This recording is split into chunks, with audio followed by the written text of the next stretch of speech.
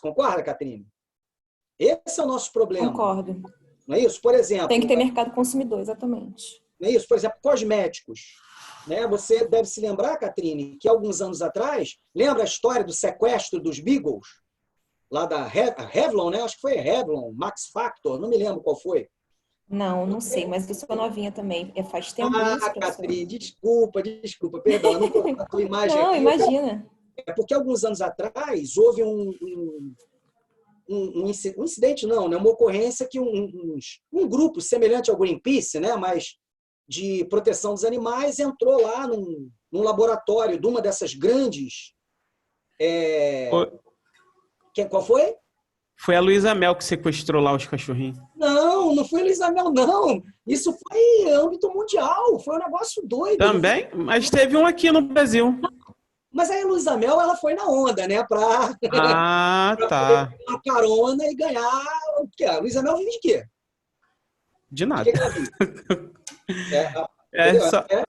É uma youtuber, é uma, sei lá, tem lá as redes sociais dela e tal, diz que preserva lá os animais, aquela coisa toda e tal, mas é assim, na verdade foi o seguinte, uma instituição grande, não me lembro agora, não botei isso entre os meus cases, eu acho que deve ter alguém aí no chat tentando me salvar, né? Mas, enfim, se alguém quiser... Não, estão falando da Luísa Mel ainda, professor. Pode continuar. A Luísa Mel ainda? Não, a Luísa Mel é artista, né? O lance dela é, bom, não sei, eu não vou criticar não, porque daqui a pouco os adoradores da Luísa Mel estão me atacando aí também. Veja bem, é aquele tal negócio, as mulheres da minha geração nunca se preocuparam em saber se uma maquiagem era testada em animais, se os animais sofriam com aquilo, nada disso. Mas eu tenho certeza que as meninas aqui da turma, hoje, se preocupam com isso. Não vou dizer nem que vão atrás da informação, mas que se souberem que uma determinada maquiagem que elas usam, ela maltrata animais ou coisa parecida, eu acho que tem uma grande chance delas deixarem de consumir esse produto. Vocês concordam com isso ou não? É uma questão cultural. Né? Uma questão cultural. Eu acho que é uma via de mão dupla, né? À medida que a população tem se preocupado mais com isso, e as instituições também acabam pressionando o governo, né, que favorece esse tipo de desenvolvimento, melhora algumas isenções, ajuda no desenvolvimento, e aí essa questão da sustentabilidade fica cada vez mais forte, né? Porque também é caro. Claro. É caro investir em energia verde. Eu acabei pegando, claro, um exemplo assim, não muito adequado para a nossa discussão. Me desculpe, foi o que vem na minha mente no momento. Mas aqui em paralelo, enquanto vocês estão falando, eu estava tentando lembrar de outros cases, eu lembrei de um case muito melhor, que foi de uma pesquisa que eu fiz orientando um TCC sobre as razões pelas quais você escolhe a tua operadora de telefonia celular. Aí, é claro, depende muito do grupo. Se eu perguntar para vocês, que tem poder aquisitivo, lógico, quem está fazendo um curso de MBA numa das melhores universidades do Brasil, não vai escolher o plano de telefonia porque é mais barato. Mas o que faz as empresas de telefonia lucrarem, aí a gente tem vários colegas aqui que são da telefonia, eles podem corroborar o que eu estou falando, ou até contrariar o que eu estou falando, a maior parte da lucratividade é de pré-pago. É pré-pago, são pacotes mais baratos, é o plano controle, não é o pós-pago que o cara paga lá 200, 300 reais, às vezes nem usa, e bota lá um plano família. Eu tenho um plano da Vivo que todo ano que passa, ele diminui de preço.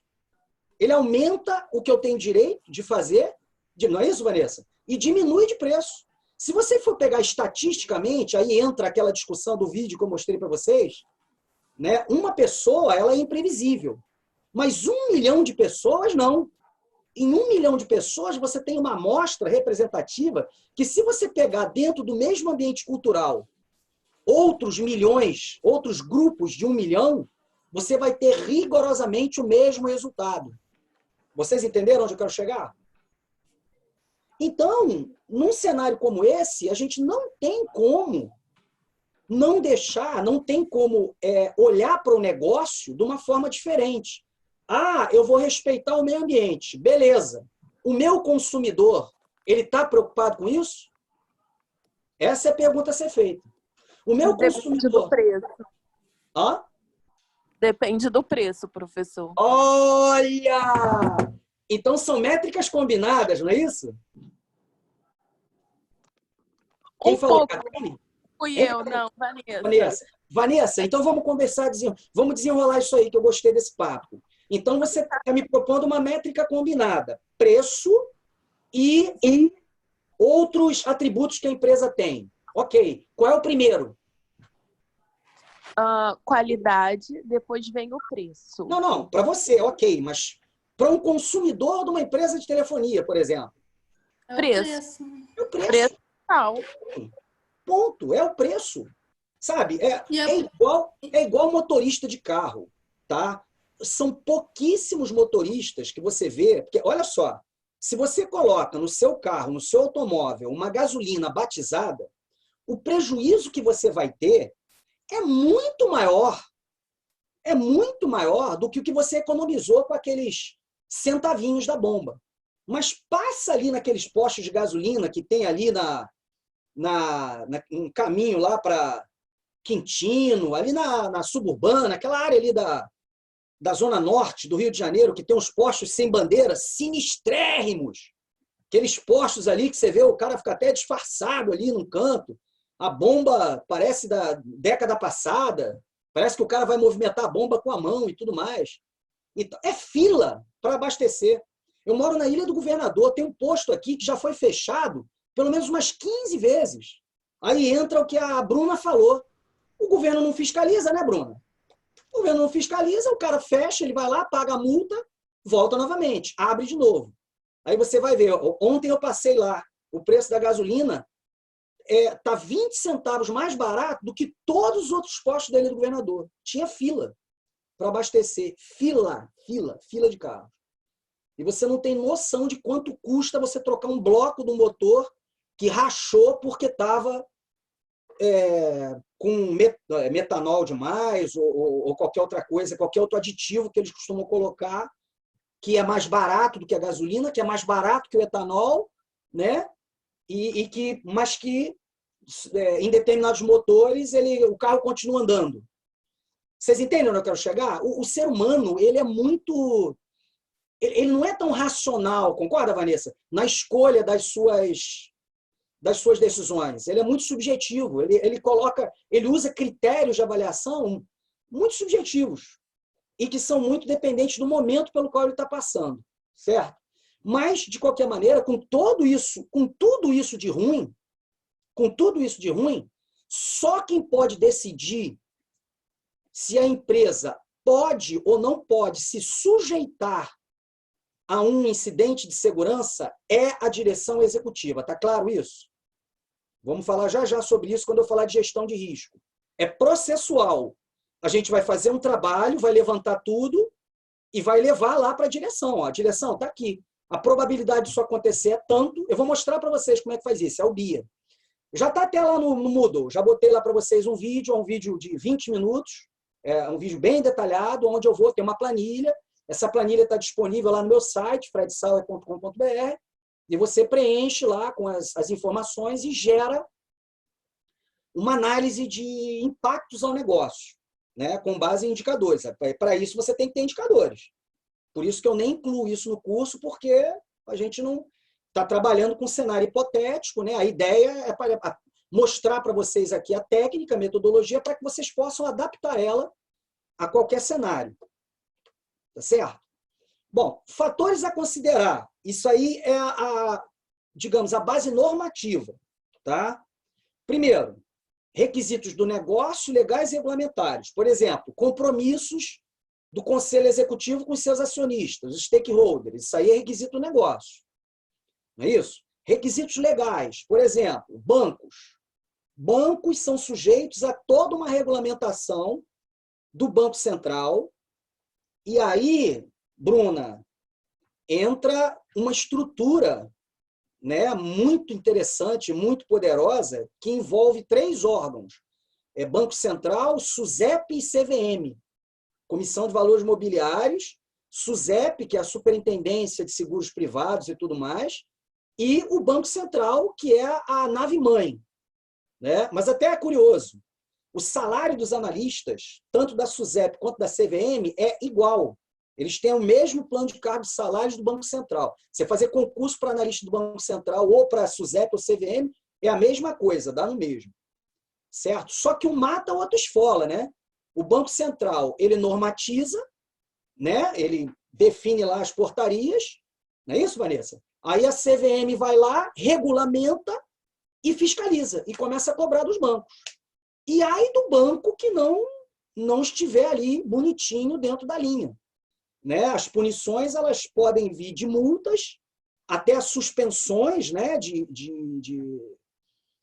determinados serviços, né? Que estão sendo prestados, até a cassação da concessão, porque banco no Brasil é concessão, mesmo os bancos privados. A atividade bancária no Brasil é concessão. Então, ela é regulamentada pelo governo. Né? É igual televisão, é igual, sei lá, uma série de outros serviços, né? Planos de saúde, são concessões do governo. O governo autoriza que aquele órgão funcione, mas ele vai ter que se sujeitar à fiscalização das agências reguladoras. Não é livre mercado, não é livre concorrência. Tá certo? Então, esse cenário todo que a gente tem, ele pode e facilmente ser levantado, vocês concordam? Muito fácil de você levantar quais são os requisitos de negócio, requisitos legais e regulamentares que uma empresa possui. Vocês concordam com isso? É fácil, não é difícil. Só que daí para frente o negócio começa a ficar difícil. Né? Aspectos operacionais e tecnológicos. Por exemplo, a dependência que eu tenho do meu data center. Se o data center parar, eu não vendo. Se a loja virtual ficar fora do ar, eu não faço e-commerce. Se o banco de dados cair, o banco não tem personal banking. Né? Isso é fato. A gente teve, de novo, né? Vocês são novinhos, eu fico usando uma série de exemplos do passado. Nós tivemos, ainda na gestão do presidente Obama, nos Estados Unidos, a publicação de 2 leis. E é importante a gente falar sobre isso, porque a legislação americana ela influencia o resto do mundo todo, vocês concordam? Ela define mercado, né? Porque um dos maiores mercados consumidores do mundo é o mercado norte-americano. Quem é que não quer vender para os americanos? Não é isso, Vanessa? Então, é lógico que o que se faz nos Estados Unidos em termos de compliance é importante para nós, é importante para o Brasil e para qualquer outro país de terceiro mundo, sem sombra de dúvidas. Tá certo? Então, o que acontece? Naquela época, o Obama promulgou 2 leis, a SOPA e a PIPA. A SOPA Stop Online Piracy Act, que era uma lei onde amarrava um IP, um endereço IP, a cada CPF, a cada pessoa. No caso lá deles, o Social Security Number, né? Não sei. Essa lei acabou não vingando, né? Porque várias ações na justiça e tudo mais, a dificuldade de implementação e tudo mais. Tá? Desculpa, eu confundi as duas. A PIPA, né? Essa foi a PIPA, a Private IP Address, né? Agora faz sentido. Private IP Address. Então, cada pessoa um IP. Então, o americano, o cidadão norte-americano, ele passaria a ter um número único para os seus acessos, que seria lá um endereço IP. Muito provavelmente da classe 6, né? Porque aí você tem um número virtualmente infinito de endereços e tudo mais. Mas a outra lei, essa lei acabou não vingando. Agora, a outra lei, a SOPA, visa, né, na realidade, ela está em vigor até hoje, parar a pirataria. E aí o primeiro alvo do FBI foi o Pirate Bay, que existe até hoje, né? Tem alguém aqui que usa Pirate Bay?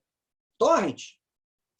Baixa um torrentzinho lá no Pirate Bay, uma sériezinha de vez em quando, que ninguém é de ferro. Não é isso? Poxa, professor, eu usava isso lá em 2002, 2004. Mas ainda funciona, ué. Você não usa porque você tem, então, outras. Agora ficou rica, pode pagar o Netflix, né? Aí não precisa mais. R$20,90, professor, um trabalhão. Eu sei. Mas, assim, a garotada ainda usa. Os meus alunos lá da graduação, eu sou professor de ciência da computação, né? de segurança da informação na ciência da computação. A molecada usa torrent, usa o Pirate Bay da vida e tudo mais. E é claro que isso aí acabou com o divertimento da moçada na época, né? Eu estou falando de Obama, né? Obama, segundo... Então, nós já temos aí quase 4 anos de Trump, não é isso? Então, tem bastante tempo, isso tem uns 5 anos. Vocês se lembram do ataque dos anônimos? Para chegar onde eu queria dizer. Lembram disso, não? Eu lembro. Lembram Das disso? máscaras. Eu Das também lembro. máscaras, isso mesmo. Que eles atacaram principalmente quem aqui no Brasil? Foi Os o bancos. governo, né? Ah, foi Os banco. bancos. Porque quando você para banco, você para tudo. Né? Você para basicamente tudo. Né? Quem está acompanhando, não sei se tem alguém aí que gosta de segurança da informação na turma, quem gosta, eu recomendo fortemente a série Mr. Robot. Alguém vê a Mr. Robot aí? Eu já viu? Ela ficou mais conhecida porque o ator principal, o protagonista, é aquele cara que fez o Fred Mercury no Bohemian Rhapsody. Salim Malek, né? Eu acho.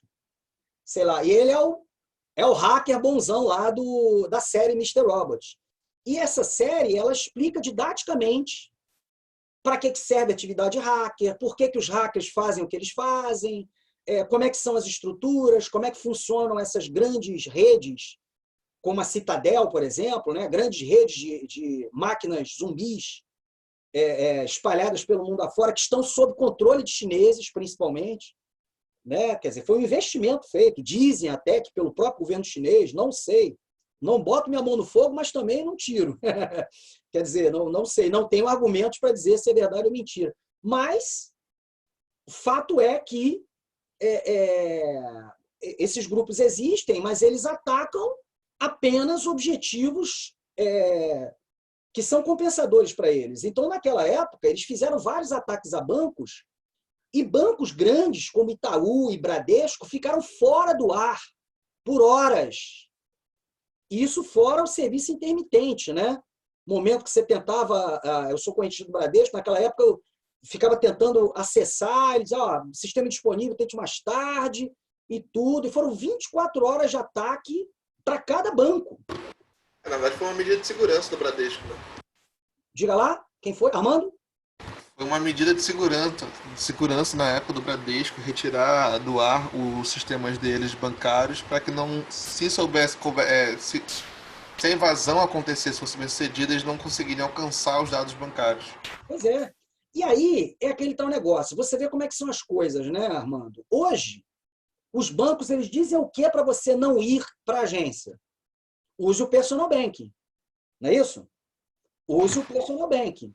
Né? Você não precisa ir ao banco para nada, só para tirar dinheiro, mas para pagar suas contas, para pagar seus boletos, para, enfim, fazer o que você precisar fazer no banco, você pode fazer da tua casa ou do teu celular.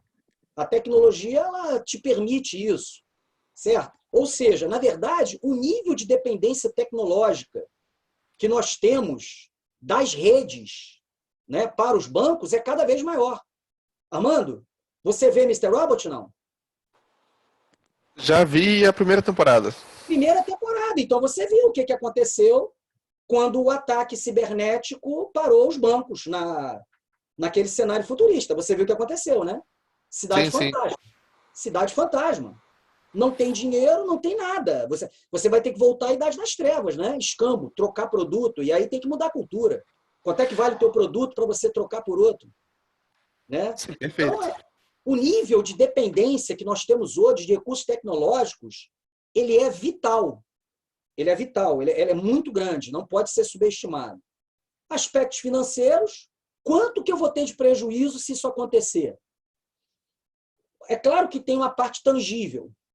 As multas, uma perda de market share, até certo ponto é tangível, você consegue avaliar pelo menos uma margem, né, de quanto você pode perder com uma determinada ocorrência, isso é estatística, não é tão difícil, né? Mas o intangível é que é complicado, né? O escândalo, quanto tempo aquilo vai ficar na internet. Hoje você tem um negócio que é o Google, né? Hoje você entra lá e você coloca uma palavra. Se você por exemplo, você entra com Parmalat, você só vai ver escândalo, fraude, escândalo, fraude, escândalo, fraude. é isso que você vai encontrar. Não é porque eu no passado procurei Parmalat fraude ou Parmalat escândalo.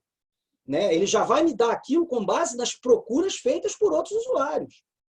Então, ele vai mostrar, ele vai... Como é que eu vou falar? Ele vai sugerir para pessoas que apenas querem uma opinião sobre um determinado assunto que uma determinada marca é boa ou é ruim. Vocês concordam comigo? O poder que os mecanismos de busca têm?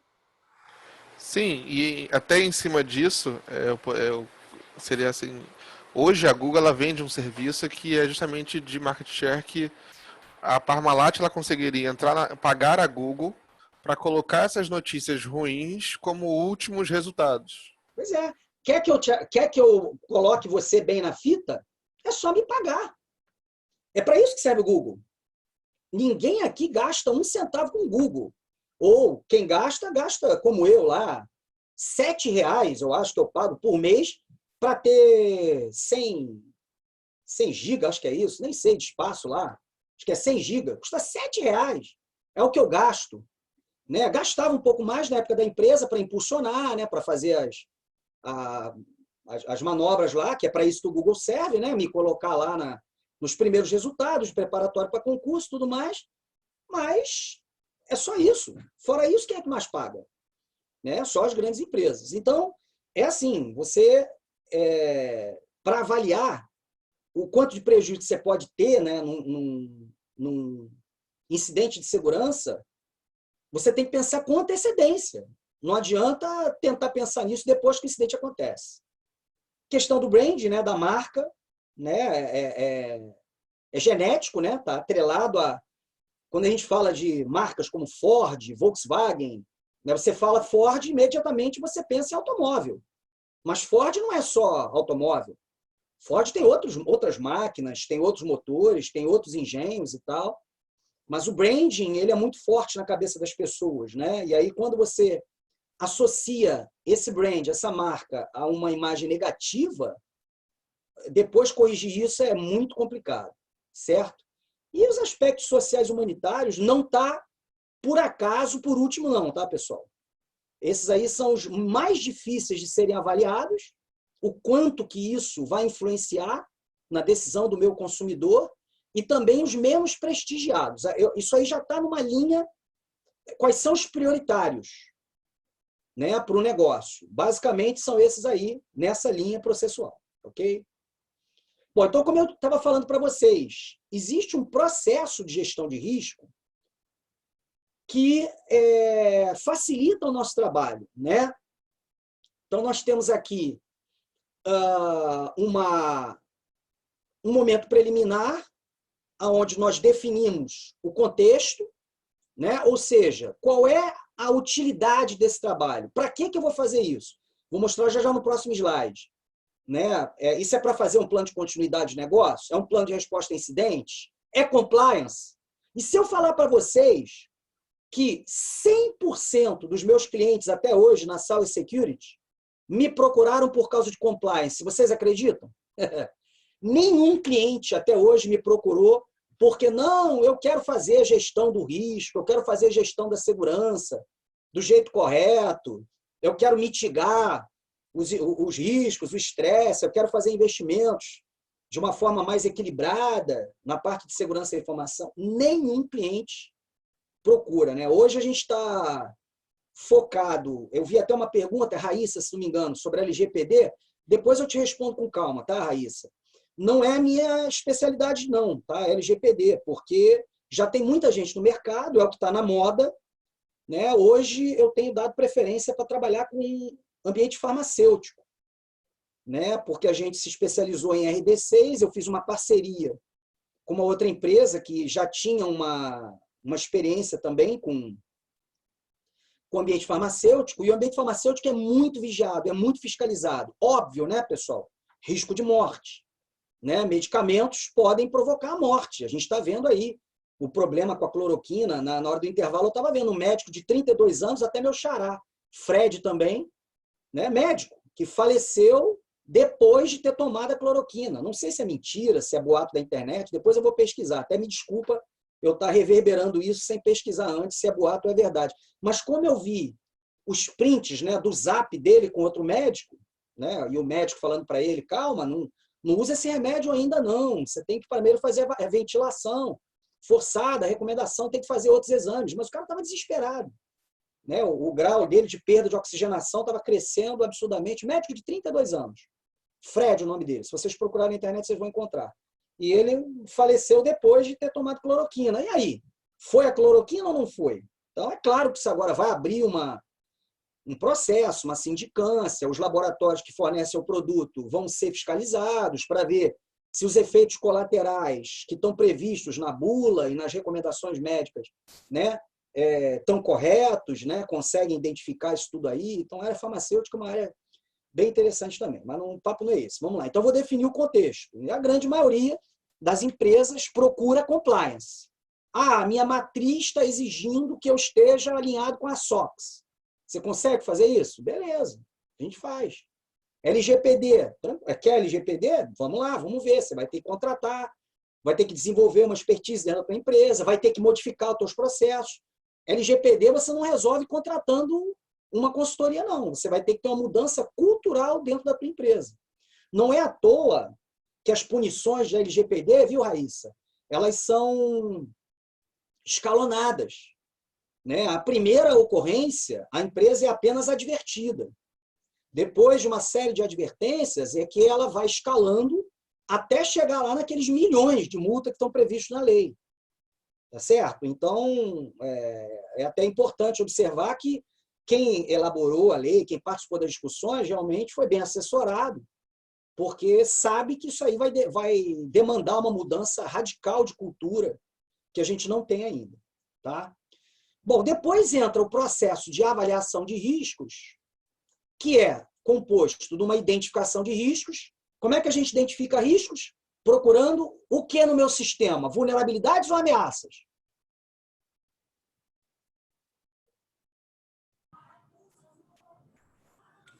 Vulnerabilidade. Vulnerabilidades. Ótimo. Maravilha, Ítalo. Por quê? Porque ela, não sei se foi o Ítalo, desculpa, agora eu já me perdi aqui nesse chat. Foi sim. Mais de uma pessoa que respondeu, eu não consegui ver quem é. Mas exatamente, a vulnerabilidade ela é visível, ela está lá no teu sistema, ela está presente. Ela não é necessariamente representativa de um incidente de segurança, porque para ela ser explorada, você precisa ter uma ameaça acessando ela. Ficou claro isso? Então é a história que eu falei. Por exemplo, tá lá, eu uso Windows, esse computador aqui que eu estou usando é o Windows. Será que ele está 100% atualizado? Muito provavelmente não, porque a Microsoft ela não consegue eliminar os 0 days. Né? O que é 0 days? 0 day é uma vulnerabilidade sistêmica, né, que já é conhecida pelos hackers, pelas ameaças, mas que ainda não foi tratada pela empresa desenvolvedora do software, ou seja, ela ainda não preparou e ainda não disponibilizou uma correção para aquele problema. Entenderam o que é 0 day? Mais adiante eu vou passar um videozinho mostrando para vocês isso. Ô, professor, uma dúvida, vai ter intervalo? Ana, vai? Já está na hora? Não, é porque faltam 2 slidezinhos. Aí eu vou dar intervalo. Tá bom. Não, é só porque eu tenho que me organizar aqui. Obrigada. Não, vai sim. Desculpa, eu devia ter avisado sim. Perdão, erro meu. Tá? Perdão. Quando for assim, cobra mesmo. Estou aqui para levar sapatada mesmo.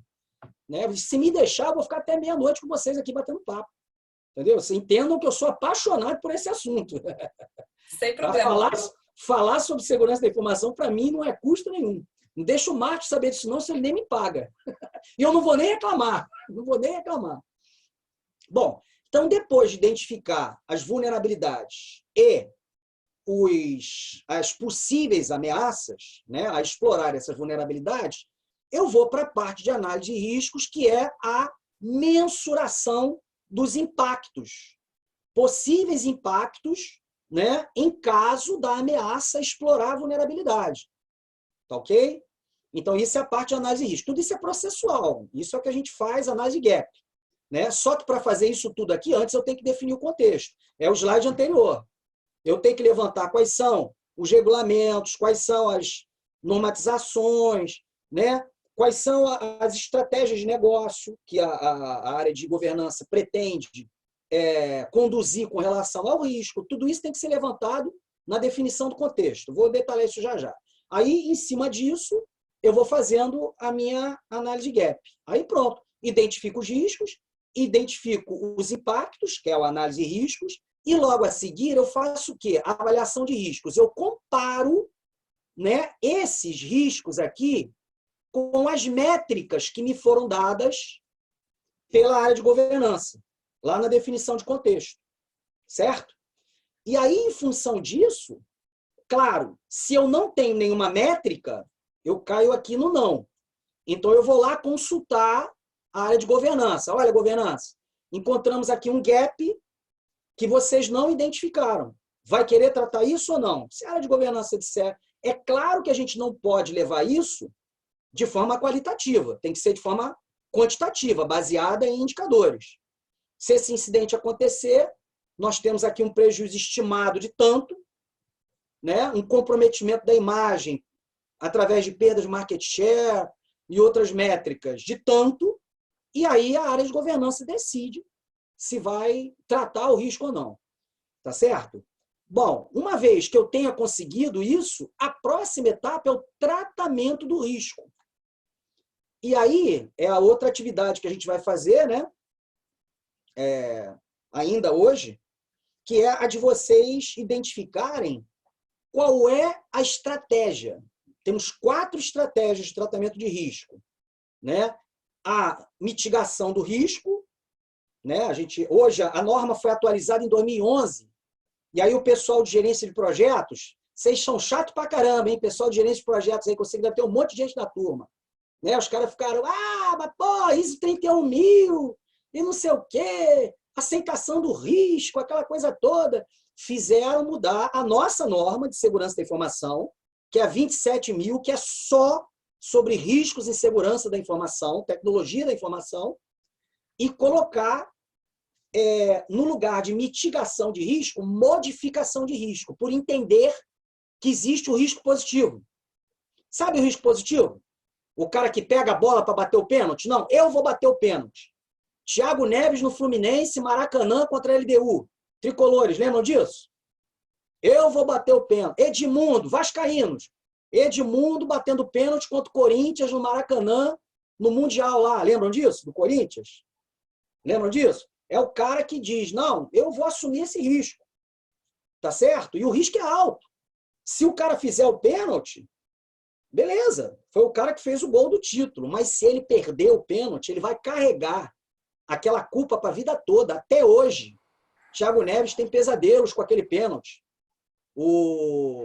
Lá contra a LDU, que o goleiro fez uma cena absurda, uma cera, né? Aquela coisa toda. Eu sou botafoguense, tá, pessoal? Mas eu gosto de futebol. Tem que gostar, né? Sendo botafoguense... É tipo... Cavadinha do Abreu. Isso que eu ia falar, a cavadinha do Louco Abreu com o Bruno, pô. Imagina se o Louco Abreu tivesse perdido aquele... Ele já tinha perdido um pênalti anteriormente. E ele já tinha feito uma cavadinha, se não me engano, contra o Cavalieri, que pegou. Teve um outro goleiro, carioca, que pegou uma cavadinha dele. E aí, pô, era absolutamente previsível. É que o Bruno, desculpa, mas é burro, né? Até porque acabou fazendo o que ele fez, né? Perdeu toda uma carreira, mas é lógico que aquele pênalti ia ser cavadinho, né? Claro, era escrito nas estrelas que ia ser cavadinho. Mas, enfim, é aquela tal história. O risco positivo na área de gestão de segurança da informação, ele só existe numa situação transitória. Eu vou explicar. É assim, uma vez a gente teve um cliente, esse cliente ele era dono, é porque essa empresa existe, de uma empresa de segurança patrimonial. Ela tem filiais em Porto Alegre, São Paulo e Rio de Janeiro. É uma das empresas que atende a grande maioria dos bancos do Brasil, né, na parte de segurança patrimonial. E ele tem um problema muito sério, muito grave, que é o do material humano. Porque ninguém nasce querendo ser guarda de banco, vocês concordam? Quem é que nasce dizendo, não, o sonho da minha vida é trabalhar num banco, recebendo gente mal-humorada, que quer passar pela porta giratória e não consegue, eu peço para o cara tirar os metais, o cara jura que não tem, quer tirar as calças. Quem é que nasce querendo ser guarda de... Vocês sabem de onde vem o material humano dessas empresas de segurança patrimonial? Vocês têm ideia? É refúgio, principalmente, da polícia militar, dos bombeiros militares e das forças armadas. Caras que não foram aproveitados no ambiente militar. No caso da polícia, como até o soldado ele faz academia, é basicamente quando ele é expulso da corporação, mas o cara tem habilidade com o uso de armas, o cara tem habilidade com a repressão, né? O cara tem uma função aí que em determinados momentos precisa ser repressiva, certo? Então, é um material humano perfeito para as empresas de segurança patrimonial. Mas qual é o problema de você trabalhar com esse povo? Qual é a dificuldade para um cara desse de puxar uma arma e dar um tiro na cabeça de um correntista? Hoje eles não podem mais usar arma, né? Dentro do banco. Isso aí acabou. No passado, qualquer guardinha de banco estava com pica-pau na cintura. Estava com 38 na cintura. Agora não. Agora você só tem armamento quando você tem movimentação de valores, quando você tem... E aí é um outro pessoal que passa por testes psicológicos, que passa por uma série de avaliações, toxicológico também. E o guardinha do banco mesmo, hoje em dia, ele não usa mais arma. Podem observar isso. Tá certo? Por quê? Porque aconteceram vários incidentes, vários assassinatos de correntistas. Né? Então, para que eu contei essa história toda? Porque esses caras foram nossos clientes, por conta de uma compliance. E aí, o que aconteceu? No decorrer do tempo, a gente conseguiu perceber que os caras eles estavam amansando, só usando esse termo. Estavam começando a amansar. Então, aí a gente começou a retirar alguns controles, principalmente da parte de bloqueio de conteúdo, porque os caras passavam o dia inteiro na sacanagem, vendo filme pornográfico, vendo vídeos de cabeças cortadas e explodidas, aquela coisa toda. E a gente, claro, quando eu falo a gente, na equipe, envolvendo inclusive uma psicóloga que nos ajudou, precisamos, né, contratar um apoio especializado por causa disso. E aí a psicóloga falou, isso não faz nada bem para eles, só fomenta a violência, mantém aquele ciclo vicioso, então é importante a gente tentar por convencimento. Aí a gente, olha, ser humano por convencimento não existe.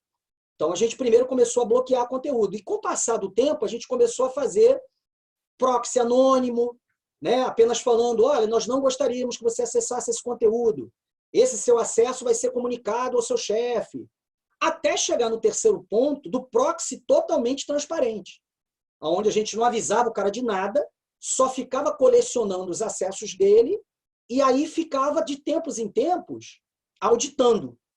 E aí, quando a gente percebia um comportamento desviado do desejado, marcava lá uma visita à psicóloga para conversar, aquela coisa toda. Vocês entenderam? Aumento do risco? A aceitação do risco é uma situação muito específica, né?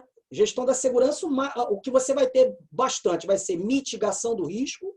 Eu vou explicar cada um deles já, tá? Depois do intervalo. Mitigação do risco,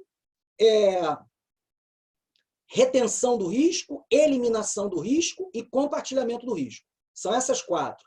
Ah, professor, não tem aceitação do risco? Olha aqui a aceitação do risco. Por que ela está separada da atividade técnica? Quem quer responder? Vai, Armando, aproveita que você está com o áudio já aberto aí. Porque isso aí é uma decisão de negócio. Ítalo, diga para mim, por ser uma decisão de negócio, Ítalo, perfeito. Não é uma decisão técnica, é uma decisão exclusivamente do negócio. Ok, pessoal? Todo mundo entendeu? Então, só quem aceita risco de segurança da informação é a gestão executiva da empresa. Tá claro? Beleza? Agora, quando a gente fala de gestão de projetos, eu brinquei aí com meus amigos, gestores de projetos, né? Na área de gestão de projetos, o engenheiro assume risco diariamente. Eu sou engenheiro também, eu sei como é que é isso. Né? Você está ali no calor da batalha, você eventualmente vai ter que aceitar um risco. Ah, o cara não está com o EPI adequado para aquilo. O que eu vou fazer?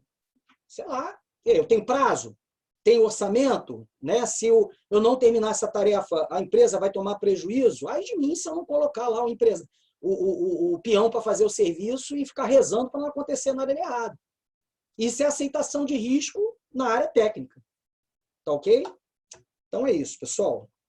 Então aqui, só para resumir o que a gente já falou, não vou perder muito tempo nesses slides, porque isso eu já expliquei no slide anterior. Essa é a fase de definição do contexto. Lá em cima, né? Aqui em cima, eu tenho os propósitos, né? Como eu disse para vocês, o único até hoje que eu tive o prazer, né, de fazer foi de conformidade, né? O portfólio aí já está chegando a quase 30 empresas já atendidas e até hoje só conformidade, né? Só conformidade. Os caras sempre procuram a gente porque tem uma pressão que vem de cima, normalmente de fora, né? E aí a gente é obrigado a adequar o ambiente da empresa àquela nova realidade, certo? Olha o que eu uso aqui. As informações corporativas relevantes, aquelas que a gente levantou há 2 slides atrás, ok?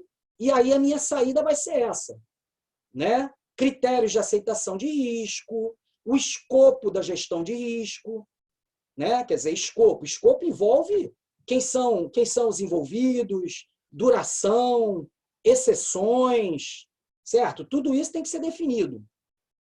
De uma maneira geral, as pessoas confundem escopo com alcance. A palavra está até certa, é alcance. Eu posso traduzir escopo por alcance. Só que o alcance envolve inúmeros personagens. Alguns protagonistas, outros não. Certo? Inclusive duração. Até a duração do meu trabalho entra no escopo também. Não é assunto da minha disciplina, eu tenho certeza que vocês devem ter uma excelente disciplina de gestão de projetos, vou deixar para o colega falar sobre isso. Tá ok? Definição de limites e definição, vem cá, quem é que vai fazer esse trabalho? E aí, quem é que vai tabular os indicadores? Quem é que vai ficar lendo os logs?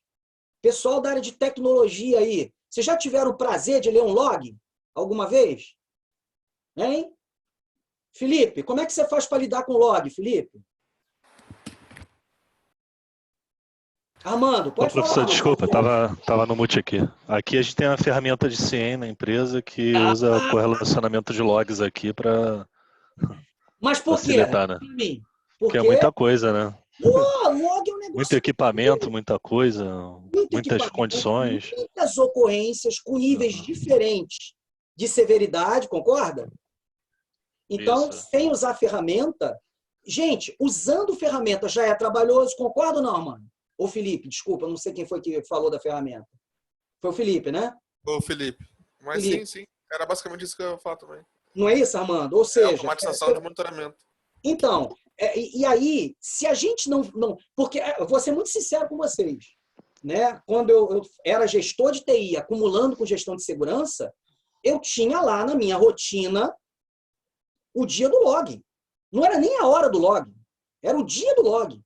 Porque senão, bicho, eu já ia ter que me mudar de vez para o trabalho. Né? O tempo não dava, né? Eu não conseguia. Pra vocês terem ideia, meu apelido da empresa era Úlcera. Os caras me chamavam de Úlcera.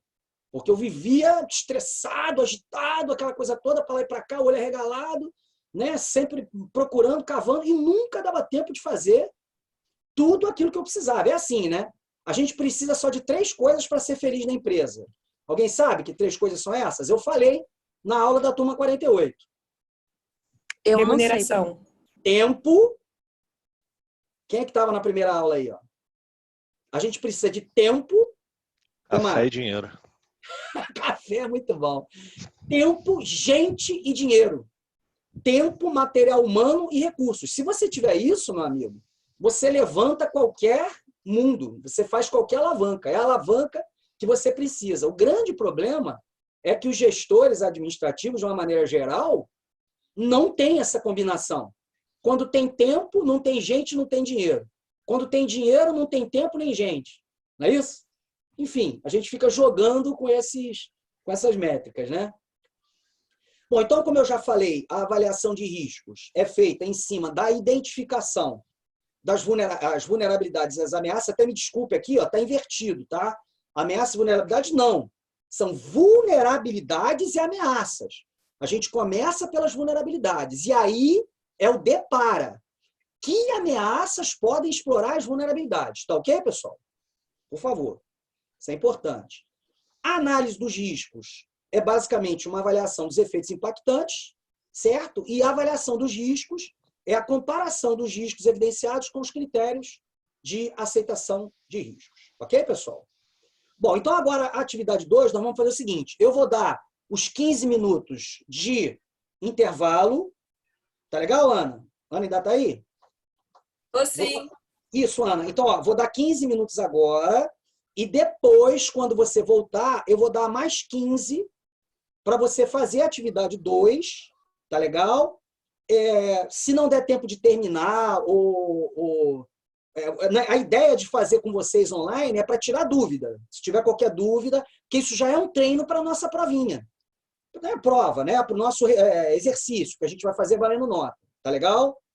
Então, vai ser assim, tá? Vão ser questões, só que o case a gente ainda vai discutir. De repente, a gente pega aí 2 representantes, pega um de cada turma, e eu deixo vocês escolherem o case. Podem escolher, tá certo? Qualquer case de incidente de segurança. Pode ser o do Facebook, pode ser aquele do Facebook, se vocês quiserem. E aí vocês ficam com ele com antecedência para lerem, para analisarem e tudo mais, mas já sabem que vão ter que identificar vulnerabilidades, ameaças, impactos, que vão ter que avaliar as estratégias de tratamento do risco, que vão ter que escolher política de segurança, que vão ter que escolher ações de continuidade de negócios. Tá legal, pessoal? Beleza? Então, vou fazer o nosso intervalinho agora de 15 minutos, depois eu volto. Uma dúvida. Aqui é a Larissa que está falando. Oi, Larissa. Esse case é para ser respondido tudo hoje? Não, vai ficar aberto para vocês aí, ó, o tempo que você quiser. Tanto que, inclusive, é o seguinte, eu configurei ele, a prova não vai estar assim não, tá? Hoje, você vai marcar, se você errar, você pode marcar outra, até acertar. E tem um feedback. Quando você marcar, eu digo, não, você errou, não é isso. Tá legal? Entendeu? No exercício valendo nota, o que vai acontecer? Cada vez que você marcar e errar, você vai perder um percentual da questão. Mas você vai poder marcar até acertar. Combinado? Sim. Mas esse exercício aí não está valendo nota, não. É só para avaliar. São os meus indicadores. Tá? Eu tenho relatório de tudo isso, anônimo, né, para saber quantas vezes vocês erraram até conseguir acertar e tudo mais. São os meus indicadores. Eu preciso me avaliar como professor. Tá legal? E até mudar alguma estratégia para a próxima aula, caso as coisas não aconteçam como eu esperava. Como eu espero. Professor, essa atividade, então, ela vai ser individual, é que está lá no Moodle. É individual. Todas as atividades, a partir de agora, são individuais. Todas. Tá, beleza. Combinado? Tá, olha só, obrigada. Larissa, o teu login aí tá bem esquisito, ó, BR01, sei lá, tá uma coisa assim. Estou no computador do trabalho. Não, show. Só o seguinte, você já fez, todo mundo botou a presença da parte do início da parte da tarde? Sim. Botou, beleza então. Depois do intervalo, eu vou lembrar novamente, é só botar lá no chat o nome por causa desses logins que aparecem para mim. Combinado? Para eu poder marcar a presença certinho para vocês. Beleza, então vamos lá.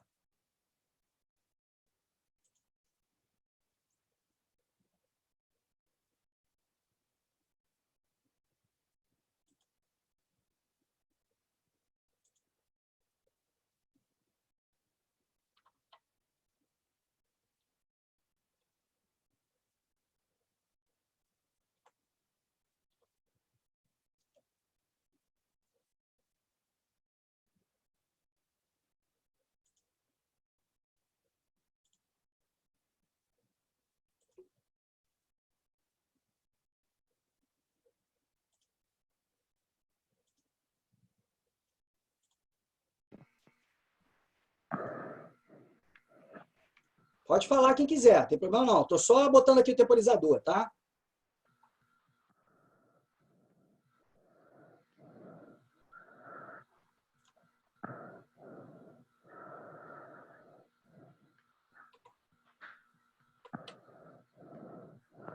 Professora, é a Ana. Eu respondi a primeira questão e daí deu erro. Daí saiu da página e agora está dizendo tempo excedido, uma coisa assim. Ter precedido? Não, mas você pode fazer ele novamente. Ah, tá falando, este questionário será aberto em sábado, 25 de abril de 2020, à meia-noite. Ué, então tá, eu dou uma olhada lá. Espera que eu vou olhar isso aqui. Eu comecei, e daí, depois da primeira pergunta, ele falou que deu erro, até te fotografei aqui a mensagem de erro. Tá, deixa eu só dar uma olhada aqui o que está acontecendo. Tá. Eu vou tirar isso, fica até melhor. Só um minutinho. Então vamos lá.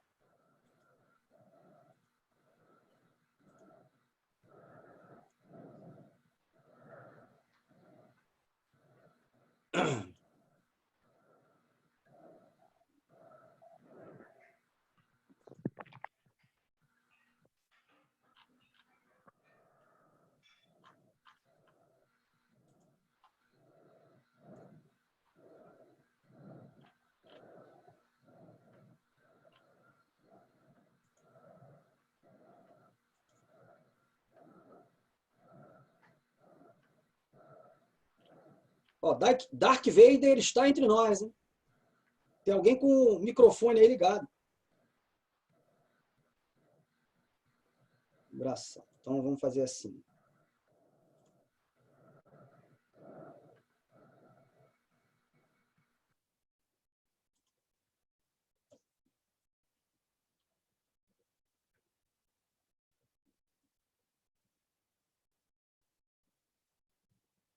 Professor, voltou a funcionar aqui, consegui. Porque eu desabilitei aqui a duração. Então, beleza, vamos tocar o barco aí, tá? Quem quiser fazer, pode fazer.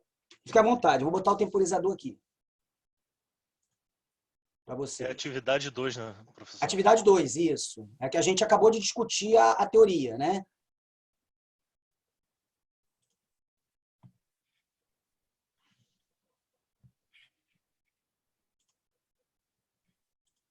Mas a gente está em intervalo, tá, pessoal? Estamos em intervalo, tá? Quem quiser fazer o intervalinho, depois na volta eu vou dar aí uns 10 minutinhos para fazer a atividade.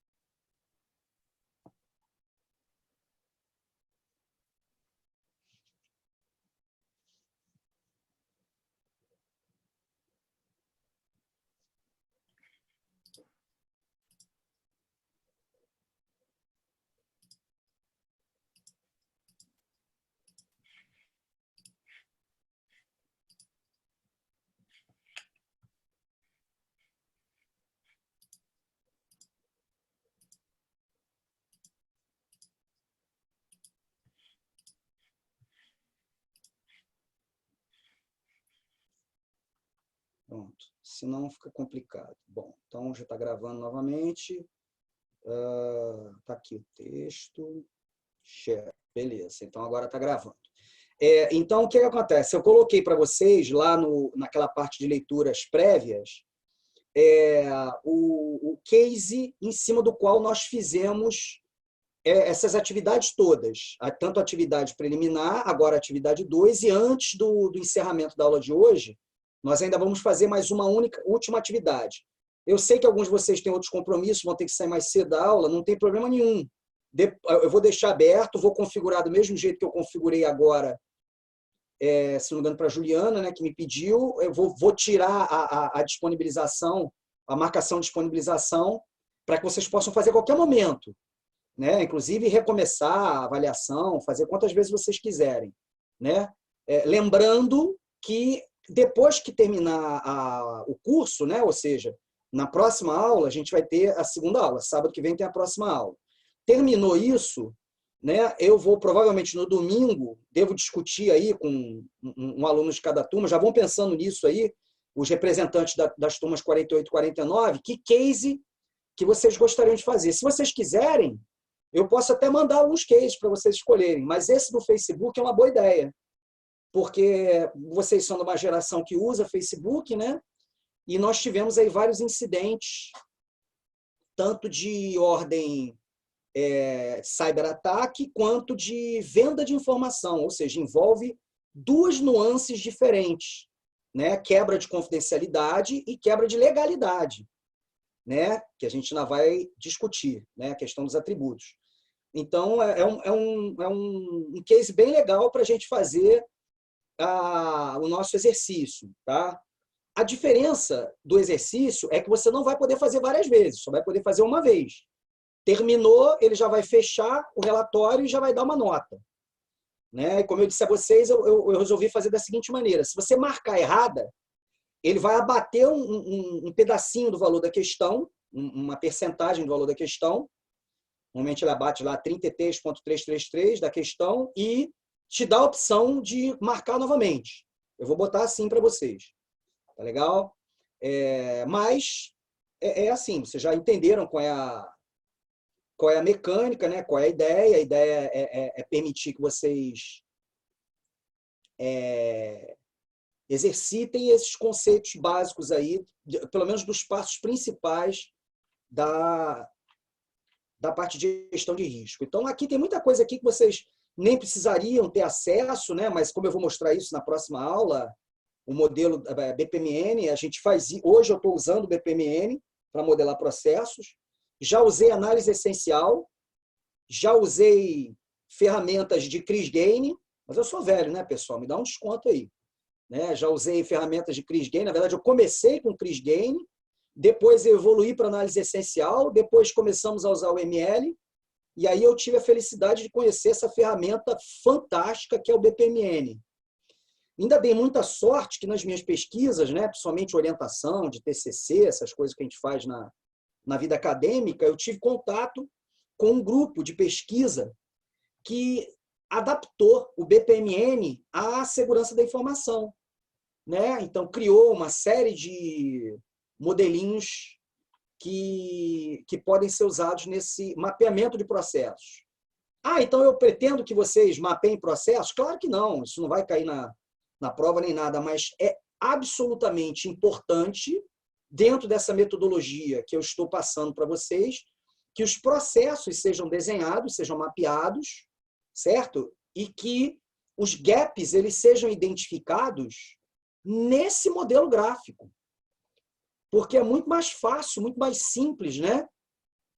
Valeu, Alexandre, tranquilo, fica com Deus, de boa. Só depois procura entrar lá no Moodle, né?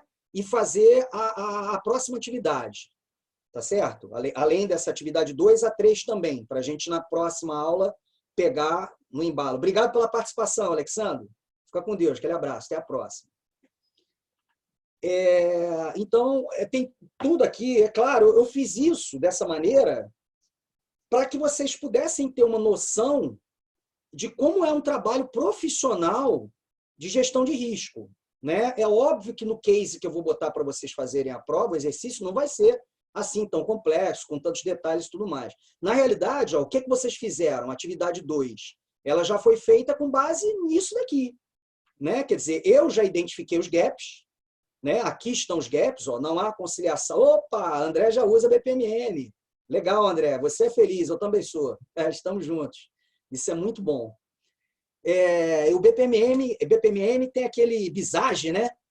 O Visage, rapaz, eu descobri que ele tem lá um add-on de 3D, né? Para você botar em 3D. Ele não é pago, é gratuito. Um add-on que você consegue colocar lá no BPMN e você consegue botar os teus modelos em 3D. É claro que não é um 3D de verdade, mas ele permite que você coloque relacionamentos horizontais, né, que nem sempre são fáceis de serem vistos, né? Atividades que são simultâneas e tal. Muitas vezes o modelo BPMN só em 2 dimensões ele acaba ficando complexo, né? Mas eu sou fascinado pelo BPMN, acho que é uma ferramenta fabulosa, e o fato de você ter aplicativos gratuitos para o BPMN já valoriza ele mais ainda, né? Bom, então, o resultado disso daqui, que vocês estão usando aí para fazer a atividade 2, eu vou dar um tempinho agora aqui para vocês fazerem, né? Quem tiver dúvida, pode perguntar, eu vou estar com o áudio ligado, o vídeo também, só vou marcar aqui no relógio o tempo, 10 minutinhos, depois eu vou seguir a aula. Combinado, pessoal? Então, vamos lá. Todo mundo entrando lá no Moodle, clicando lá na atividade 2 e fazendo as suas atividades. Eu estou de olho aqui no chat. Qualquer dúvida que vocês tenham, pode usar o chat também, tá? Rafael Cerotti, finalizou o exercício. Beleza. Vamos ter conteúdo e mais um exercício só, tá, Rafael? Me desculpe aí mas é aquilo, a nossa aula é de 8 às 5, né? Eu vou usar o tempo. O professor, que tá delicioso para mim. Vai terminar até as 5? Vai terminar até as 5? Não sei, Ana. Se a gente terminar antes, a gente fecha antes, sem problema. Não vou ficar enrolando vocês, não. Entendeu? Mas eu tenho um conteúdo que eu preciso finalizar até às 17 horas. A gente... porque me preocupa. Até por isso eu te perguntei do intervalo também. Me preocupa um pouco, porque a organização das coisas aqui em casa com tudo isso é bem complicada. Não tem ajuda dos meus pais, eles não podem vir e tal, eu tenho filho. Promessa então, para você, 17 horas, pode me avisar. Aonde a gente estiver, eu paro, combinado? Não, assim, até é ruim, porque é bom ter mais aula, mas é que realmente nesse momento tá difícil. Não, de jeito nenhum. Eu acho que a programação é que é importante. Desculpe aqui, eu me empolguei com uma discussão e acabei perdendo mais tempo do que eu gostaria de ter levado numa discussão específica durante a aula. E é claro que parece que não, mas esse tempo agora está me fazendo falta, né? E como eu tenho objetivos a alcançar em cada etapa desse modelo, né, de aula, eu preciso cumprir. Mas, combinado, 17 horas, ó. Tá bom, professor, mas não era uma reclamação, não. É só uma coisa. Não. Eu não estou encarando como reclamação, não, Ana. Fica tranquila. Ao contrário, eu preciso me controlar melhor com relação ao tempo, sim. Ainda mais assim, eu estou na minha causa, eu estou descalço. Vocês não podem ver, mas eu estou descalço, que é coisa melhor do que dar aula descalço.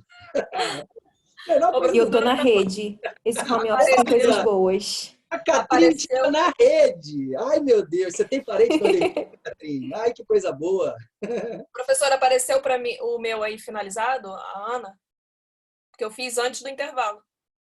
Deixa eu ver aqui. Mas não se preocupa, não, porque eu vou fazer o seguinte: quando terminar, eu vou dar uma geral em tudo, e aqueles que não fizeram ainda, eu vou mandar uma mensagem lembrando que precisa fazer. Mas não se preocupa, porque não tem avaliação para esses, não. Essa nota é mais para você mesmo. Entendeu? É para mim, é para eu ter uma noção do alcance dos conceitos que eu já passei. Nesse momento, eu preciso que vocês saibam distinguir sem nenhuma dica. A Christian está sem camisa. Ai, que inveja. Isso eu não posso fazer, não, Christian. Infelizmente, não dá. Mas, enfim, eu preciso que vocês saiam dessa etapa para a próxima, tendo plena consciência de que a natureza de uma vulnerabilidade ela é muito mais fácil de ser encontrada do que de uma ameaça. A ameaça ela é dissimulada, a ameaça você não sabe se ela vai te atacar ou não. E a vulnerabilidade ela não é só mapeável, mas ela é testável. Vocês já ouviram falar em teste de penetração? Não tem nada a ver com sacanagem não, tá, pessoal? Teste de penetração é uma coisa séria, muito séria. Eu tive que tirar uma certificação da Exim, chamada Ethical Hacker. Gastei mais de R$1.000 em um final de semana que eu tive que tirar uma certificação de uma coisa que eu já faço há décadas, né? Que é técnicas de hacking, né? De hackear e tal, de invadir rede com fio, rede sem fio, aquela coisa toda. Mas eu tive que fazer isso para poder participar de uma licitação da Petrobras, para dar um treinamento de gestão de segurança. Os caras exigiram treinamento, a certificação Ethical Hacker. Agora você vê, né? Mas é aquele negócio. O teste de penetração é uma técnica que você usa que você faz uma varredura da tua rede e você identifica as vulnerabilidades, né?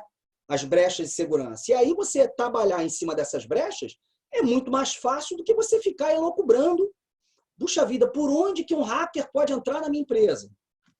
Imagina isso. Qualquer usuário pode pegar o seu celular, conectar numa USB no seu computador, compartilhar, rotear, né? Fazer aquele tethering, né? Rotear o celular dele e dar acesso à tua rede. Vocês concordam comigo? Aí o que as empresas fazem? Bloqueiam o USB. Aí você bloqueia o USB, você não pode mais fazer backup local, você não pode colocar dispositivos portáteis, não digo nem a pendrive, mas uma impressora local, talvez.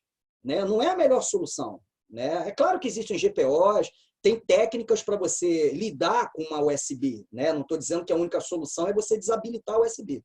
Mas é muito mais complexo, você vai ter muito mais ações para fazer do que...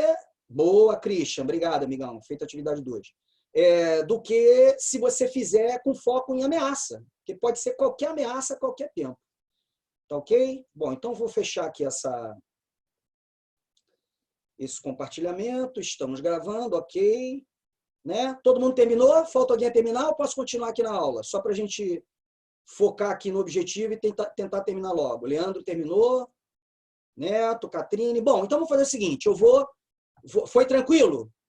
Tiveram alguma dificuldade? Alguém quer... Porque olha só, a hora é essa. A gente não vai ter uma revisão. Depois eu vou passar para vocês um case e um exercício igualzinho, com vários gaps, onde vocês vão ter que identificar quem é vulnerabilidade, quem é ameaça e qual é o impacto num outro cenário. Não teve nenhuma dúvida? Raíza, depois eu falo contigo sobre a LGPD, tá? Não colocar, não envia...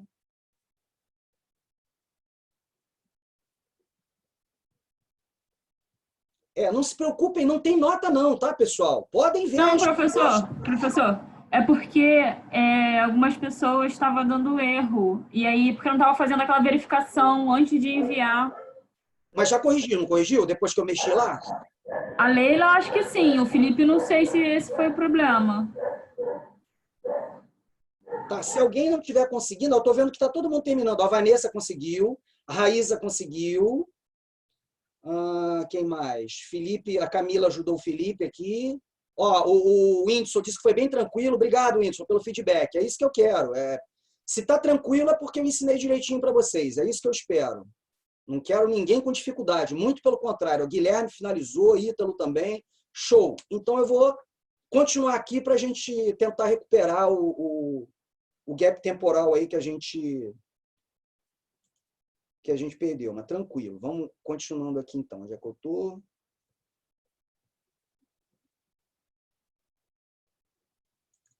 Aqui. Beleza, todo mundo vendo a tela? Todo mundo me ouvindo? Tranquilo? Algum ok aí só para eu... Isso, Ana. Obrigado, Ana. Valeu. Então, atividade 2, vocês já fizeram, né? Está concluída. Vamos para o próximo passo. Tratamento de riscos. Tá? Então, quando a gente fizer a atividade de tratamento de riscos, aí a gente encerra a aula de hoje. Tá certo?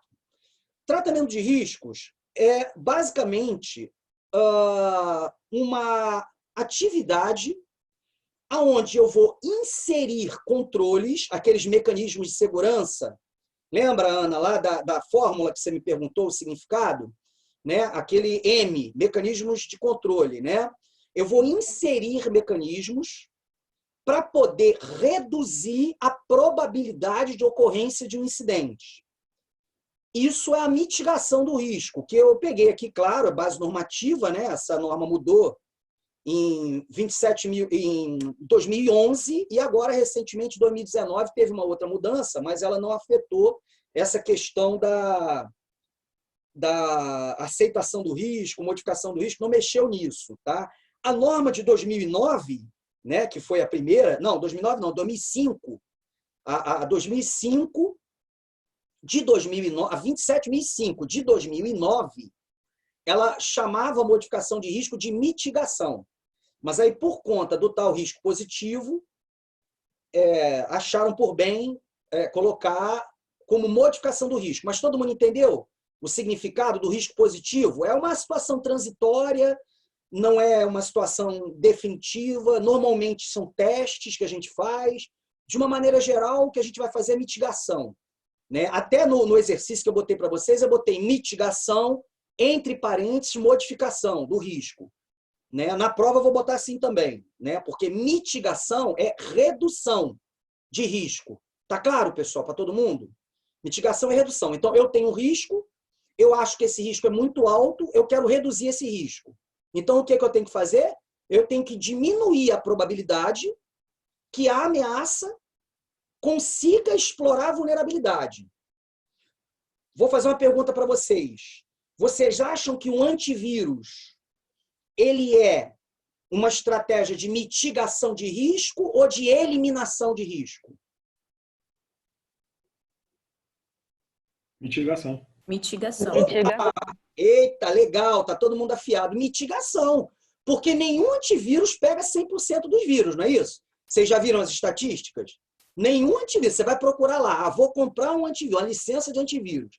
Aí você procura lá os testes que são feitos e sempre dá 90%, 92%, 98%. E ainda tem uma outra questão. Né? Os códigos maliciosos, hoje em dia, eles são, de uma maneira geral, metamórficos. Ou seja, o código ele é totalmente alterado a cada infecção. O que significa dizer que um bom antivírus ele tem que ser fundamentalmente baseado em inteligência artificial. É o que a gente chama de heurísticas de ataque, heurísticas de ameaça. Ou seja, o comportamento do vírus, né, é que vai dizer que ele existe ou não. Isso é muito perigoso. Porque depois que o vírus já está no seu computador, isso é muito comum quando você entra lá naqueles torrents da vida e você baixa lá um negócio contaminado com vírus. O teu antivírus deixa você baixar, ele baixa, quando ele está lá na pasta de download, é que ele percebe que o vírus começa a tentar fazer alguma coisa, como, por exemplo, se replicar, ou fazer uma varredura na tua rede, ou coisa parecida, e aí tenta bloquear. Né? Acontece que alguns sistemas operacionais têm vulnerabilidades que permitem que o vírus atue como administrador.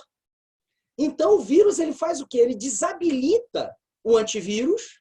Isso é muito comum com aquelas versões mais antigas de AVG, Avast, Avira, principalmente esses antivírus gratuitos, que você ficava lá com o antivírus na barra lá embaixo, com um xizinho em cima. Ele ficava desabilitado. Ele era desabilitado pelo próprio código malicioso.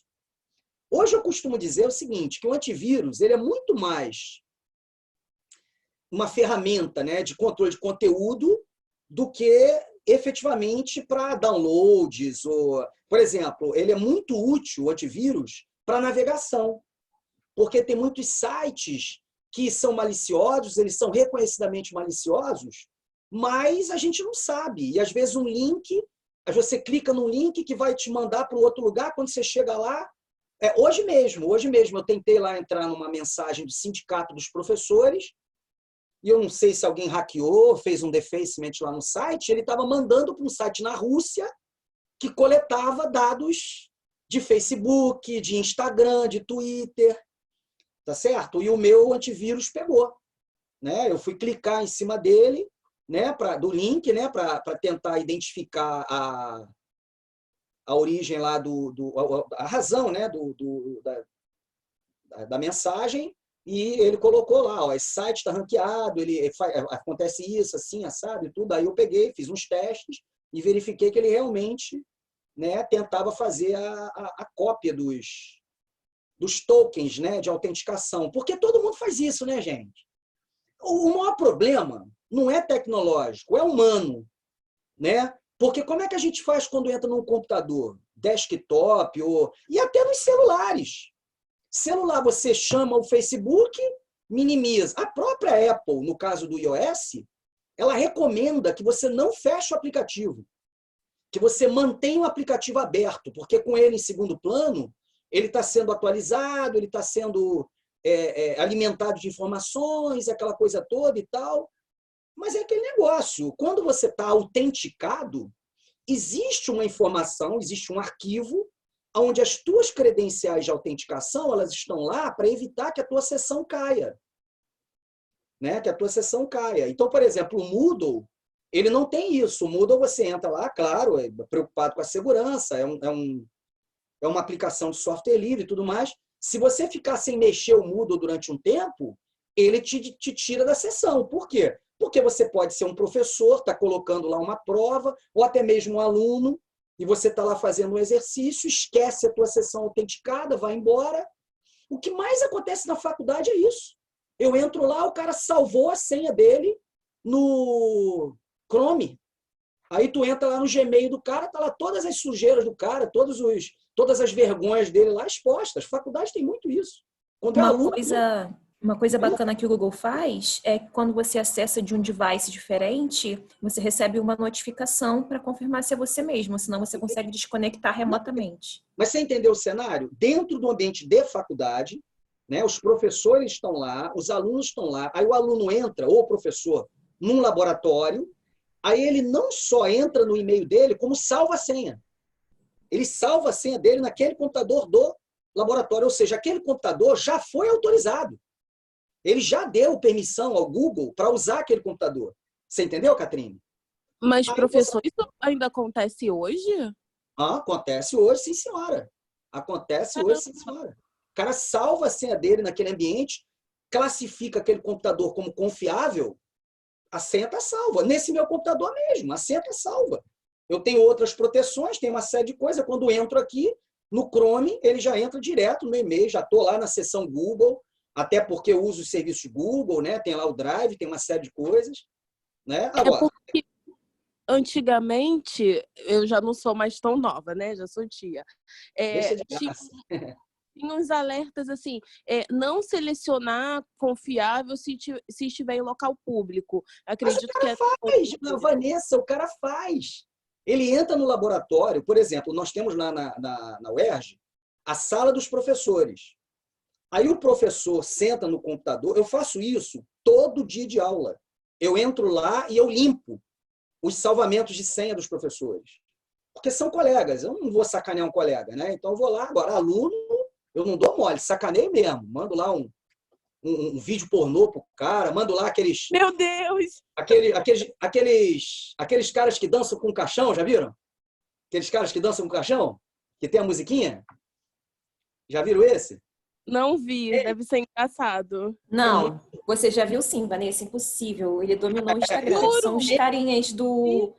E morreu. Isso, esse meme é famosíssimo. O cara deixou a senha gravada, eu pego logo, mando um e-mail dele para ele mesmo com os caras lá dançando com o caixão. Eu sei agora de todos os teus segredos, já era. Agora você está comendo na palma da minha mão. O grande sonho do aluno é ter um professor comendo na palma da mão dele, né?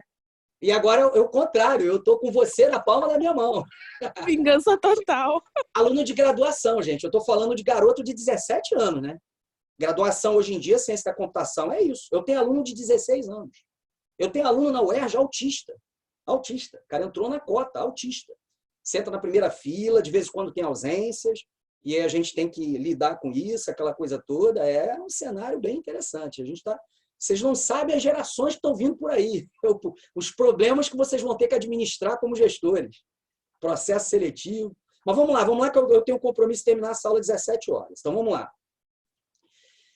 Então vocês me ajudaram e acertaram, né? O antivírus não é um mecanismo de eliminação de risco. É um mecanismo de mitigação, porque ele reduz o risco.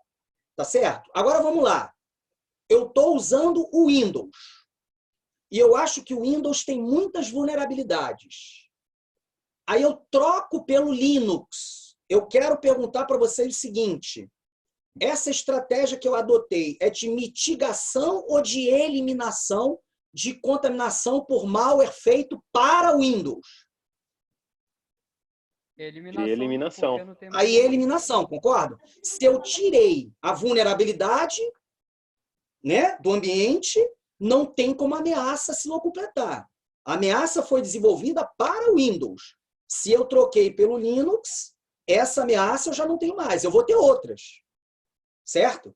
Mas essa eu não tenho mais. Na apostila, eu conto para vocês um caso que foi um caso muito famoso, que foi o caso da Mega Sena de Tocantinópolis. Para resumir, foi um prêmio de 77 milhões, isso aconteceu tem 6 anos já, foi um prêmio de 77 milhões que o gerente da Caixa, lá de Tocantinópolis, falsificou o bilhete premiado. E entrou com o bilhete no processo e pediu, né, como chama? O aporte dos 77 milhões para a agência de Tocantinópolis. Quando o dinheiro caiu numa conta, obviamente, de um laranja, esse dinheiro foi distribuído para 200 contas, depois de cada uma dessas 200 contas para 60 contas, cada uma delas, ordem de grandeza, a grande maioria delas, pelo menos 2/3 delas, no exterior. Resumo da ópera. A Caixa Econômica Federal só conseguiu recuperar até hoje 7 milhões dos 77 milhões. E o pior, o que vocês acham que ainda pode acontecer de pior nesse cenário?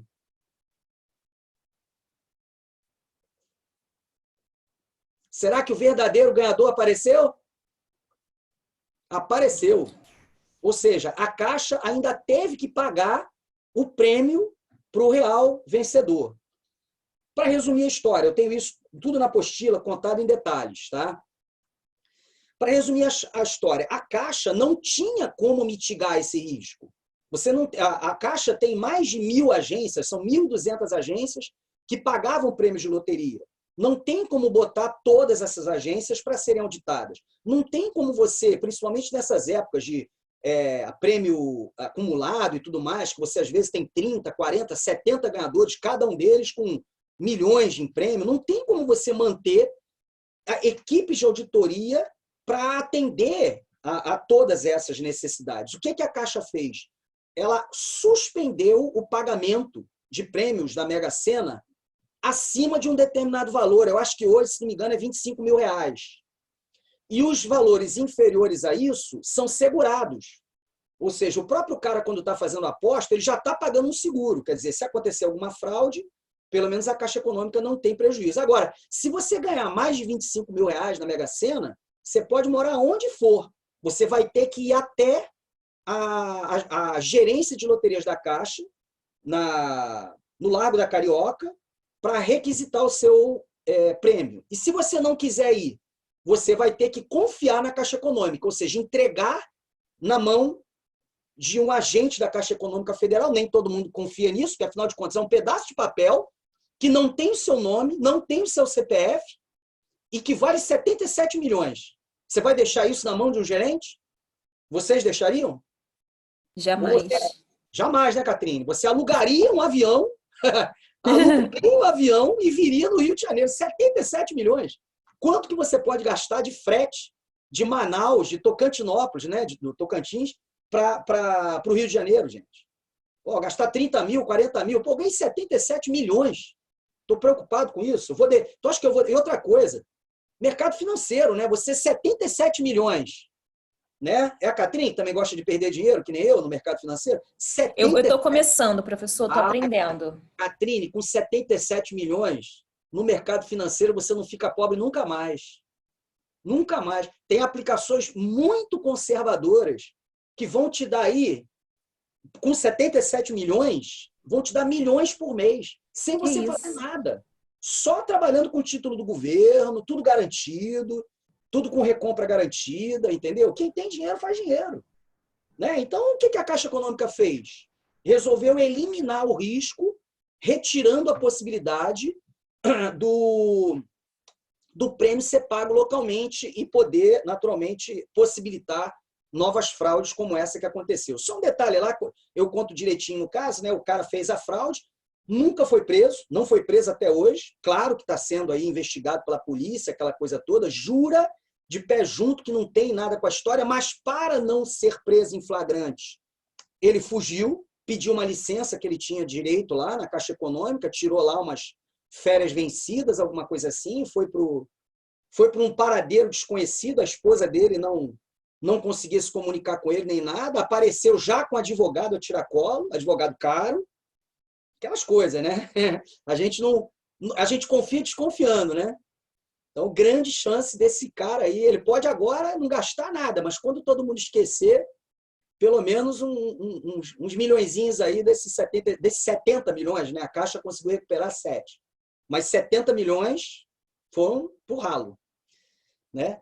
Bom, então, modificação do risco, mitigação, redução do risco, retenção do risco. Quando é que eu uso a retenção do risco? Quando eu já tenho controles que me satisfazem. Mas qual é o problema do controle, pessoal? Controle envolve o quê? Lá, primeiro slide lá que a gente discutiu. Pessoas, processos e tecnologia, certo? Lembra? Controle envolve esses 3 elementos, né? Então, para eu garantir que um controle esteja funcional, o que eu tenho que fazer? Auditar, testar o tempo todo, né? É o que a gente sempre fala. Não adianta nada fazer backup sem testar restore. Porque se você não testa restore, só Jesus Cristo salva. Tá certo? Porque backup sem restore é igual Claudinho sem bochecha.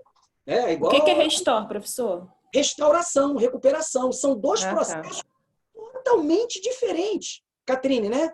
Catrine, eles são completamente diferentes. Backup é a ação de você pegar arquivos e copiar numa mídia protegida, na nuvem ou numa mídia portátil, alguma coisa assim. E o que é o restore?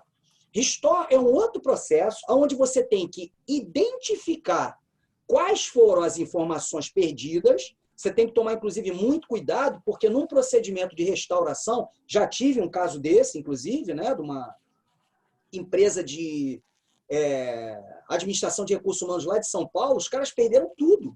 Porque na hora de fazer um restore, o camarada sobrescreveu a base. Então, ao invés dele melhorar a situação, piorou mais ainda. Então, são 2 atividades onde o backup não tem grandes técnicas, só tem 3 tipos de backup que você pode fazer, o backup full, o backup incremental ou o backup diferencial. Só tem 3 técnicas para fazer. Agora, restore, se você não fizer na ordem certa e no ponto certo, você meleca toda a tua base de dados. Entendeu, Catrine? E aí, ó, entendi, professor. Só Jesus Cristo salva. Só Jesus Cristo salva. E como são processos diferentes, tipicamente feitos por equipes diferentes, a gente encontra muito isso na empresa. A empresa faz o backup. Vai fazendo e vai deixando lá. O dia que precisar, a gente testa. Aí, na hora que ele vai fazer o restore, o backup não está funcionando. Pronto, já era. Se você não testou, não tem garantia de nada. Você entendeu? Então, para eu garantir que o meu backup ele é um mecanismo, efetivamente, de mitigação de risco, eu preciso ter a retenção do risco fazendo periodicamente testes de restauração, né? Fazendo restores periódicos. Desculpa, não é pedância, não. Eu uso o termo em inglês porque é o termo que a gente usa na área técnica, né? Backup e restore. Backup é uma palavra em inglês, né? Só que a gente usa no dia a dia em português. Backup é uma palavra que todo mundo conhece, né? Mas restore ninguém conhece. Sendo que backup só serve para isso, para restore. Se você faz backup e você não precisa, ele vai ficar inútil lá, só ocupando espaço, né? Mas backup não vive sem restore. Tá certo, pessoal? Então, a retenção é isso. É uma técnica onde eu vou me garantir que o meu controle de risco ele efetivamente está funcional e consegue cumprir o seu papel, a sua missão. A eliminação do risco, a norma preferiu traduzir o avoid, a palavra em inglês avoid, por evitar. É claro que se eu botar no Google Tradutor, avoid é evitar, correto? Não tem dúvida disso. Acontece que o significado na norma em inglês, até na 31.000, se você pegar a norma precursora, né, de toda essa parte de gestão de risco e tudo mais, o significado de avoid risks não tem nada a ver com evitar. Tem a ver com eliminar, certo? Então, eu costumo nas aulas e nos trabalhos e tudo mais, deixar bem claro que, apesar do modelo formal, né, o modelo da norma, a base normativa, chamar essa atividade de ação de evitar o risco, evitar no sentido de repelir. tá certo? Avoid, mas no sentido de repelir. Então, a palavra em português mais adequada é eliminar o risco. Tá legal? E compartilhamento. Compartilhamento é uma técnica muito interessante e muito controversa, né? Pelo seguinte, como é que você compartilha o risco com uma outra empresa? Você passa para essa outra empresa a responsabilidade pela gestão de toda ou grande parte do seu risco. Beleza, até aí ok. É óbvio que eu não vou fazer isso para uma empresa que tem menos expertise do que a minha para lidar com o risco, certo? Mas se o incidente acontecer, de quem é o ônus da imagem? É da empresa terceirizada ou é seu?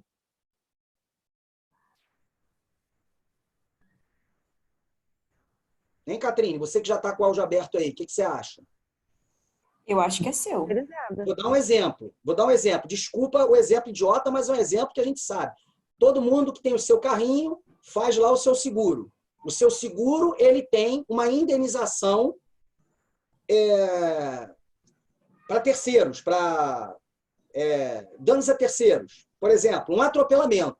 O seu seguro, ele vai pagar um valor, né? Claro, um valor padrão, um valor lá de acordo com o seguro que você contratou, para arcar com os custos daquilo. Mas isso vai te livrar de um processo penal? Não.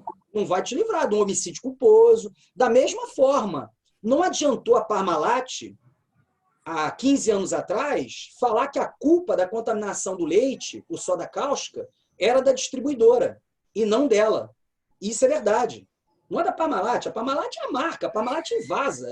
A Parmalat não tem vaca, não tem... isso tudo é feito em fazendas. Certo? A Parmalat é só uma marca que pega a matéria-prima, né, envelopa, faz a propaganda dela e apresenta lá os seus produtos de acordo com a sua estratégia de negócio. Agora, eventualmente, o leite que entra numa caixinha da Parmalat sai da mesma vaca que entra na caixinha do Sarita. São cooperativas de leite, você não sabe.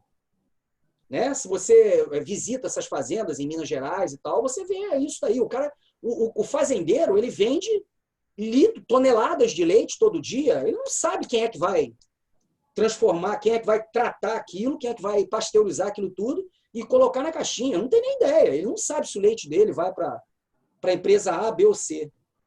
Isso no caso das cooperativas, né? Quando é o caso de fazendas fechadas e tal, é diferente. Mas a maioria dos casos aqui no Brasil não tem esse negócio de diferença de leite, não. A decisão é a implicância mesmo. Me desculpe, mas leite é leite. O cara para tomar um café com leite no botequim e não reclama. Aí quando vai no mercado, não, essa marca aí não. Essa marca tem gosto de azedo, gosto de amargo. É questão cultural. É uma imagem que foi criada na tua cabeça por conta de uma série de influências externas, mas que acabam influenciando na hora de você tomar a tua decisão de comprar. Então, o compartilhamento de risco, ele tem que ser tomado com muito cuidado, né? Essa série, por exemplo, que eu indiquei para vocês, a Mr. Robot, ela sugere, e eu concordo, com um cenário futurista, aonde nós vamos ter empresas de gestão de segurança da informação tomando conta das informações das pessoas e das empresas. Ou seja, ao invés disso ser feito pela própria empresa, dentro da empresa, a empresa continua se focando na sua real vocação, né, e terceiriza atividades que existe um preconceito muito grande de terceirização.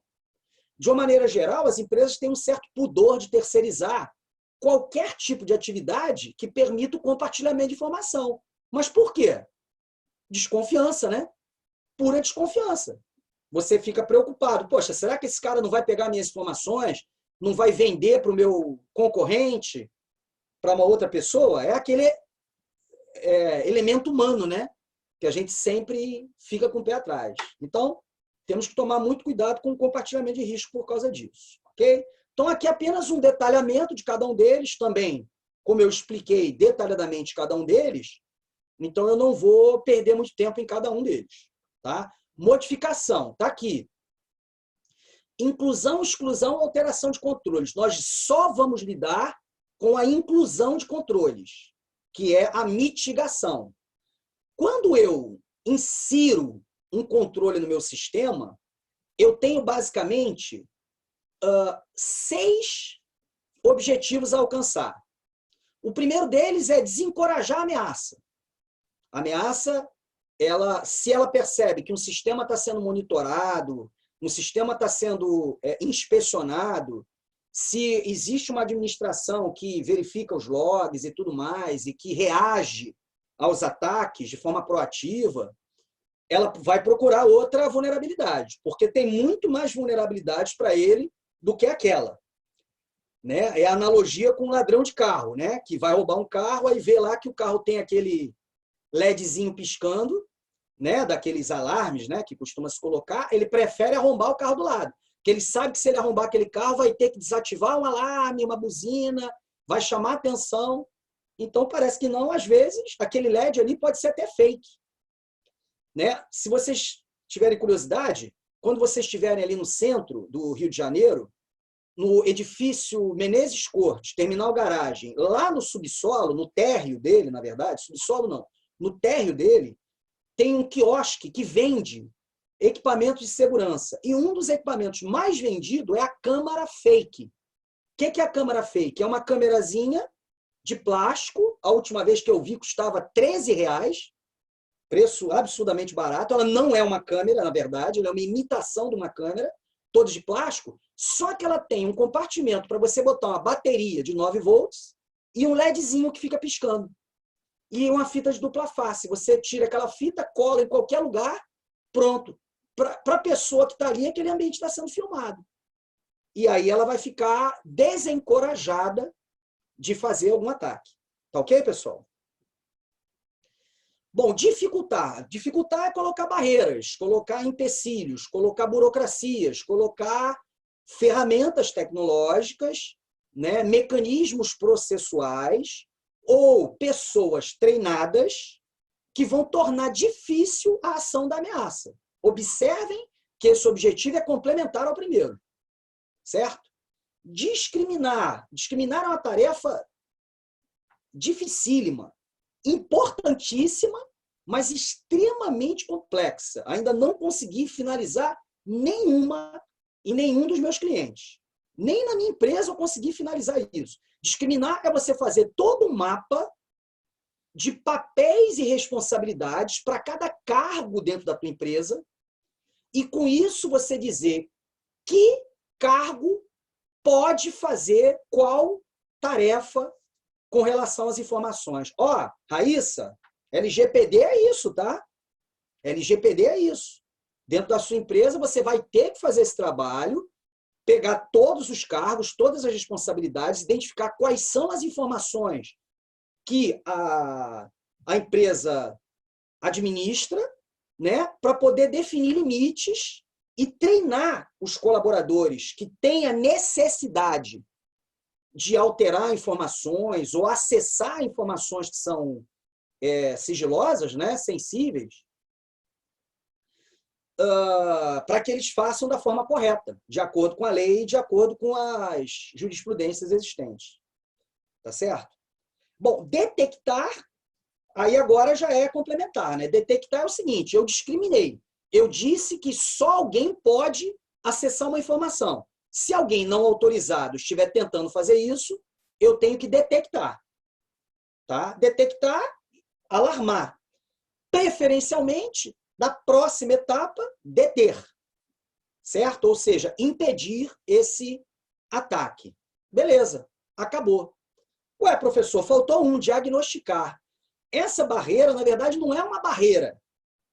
É uma camada onde eu vou me preocupar em coletar informações da ameaça de forma a evitar que ela possa fazer novos ataques. É o que a gente chama de lições aprendidas, que a gente vai falar sobre isso na próxima aula.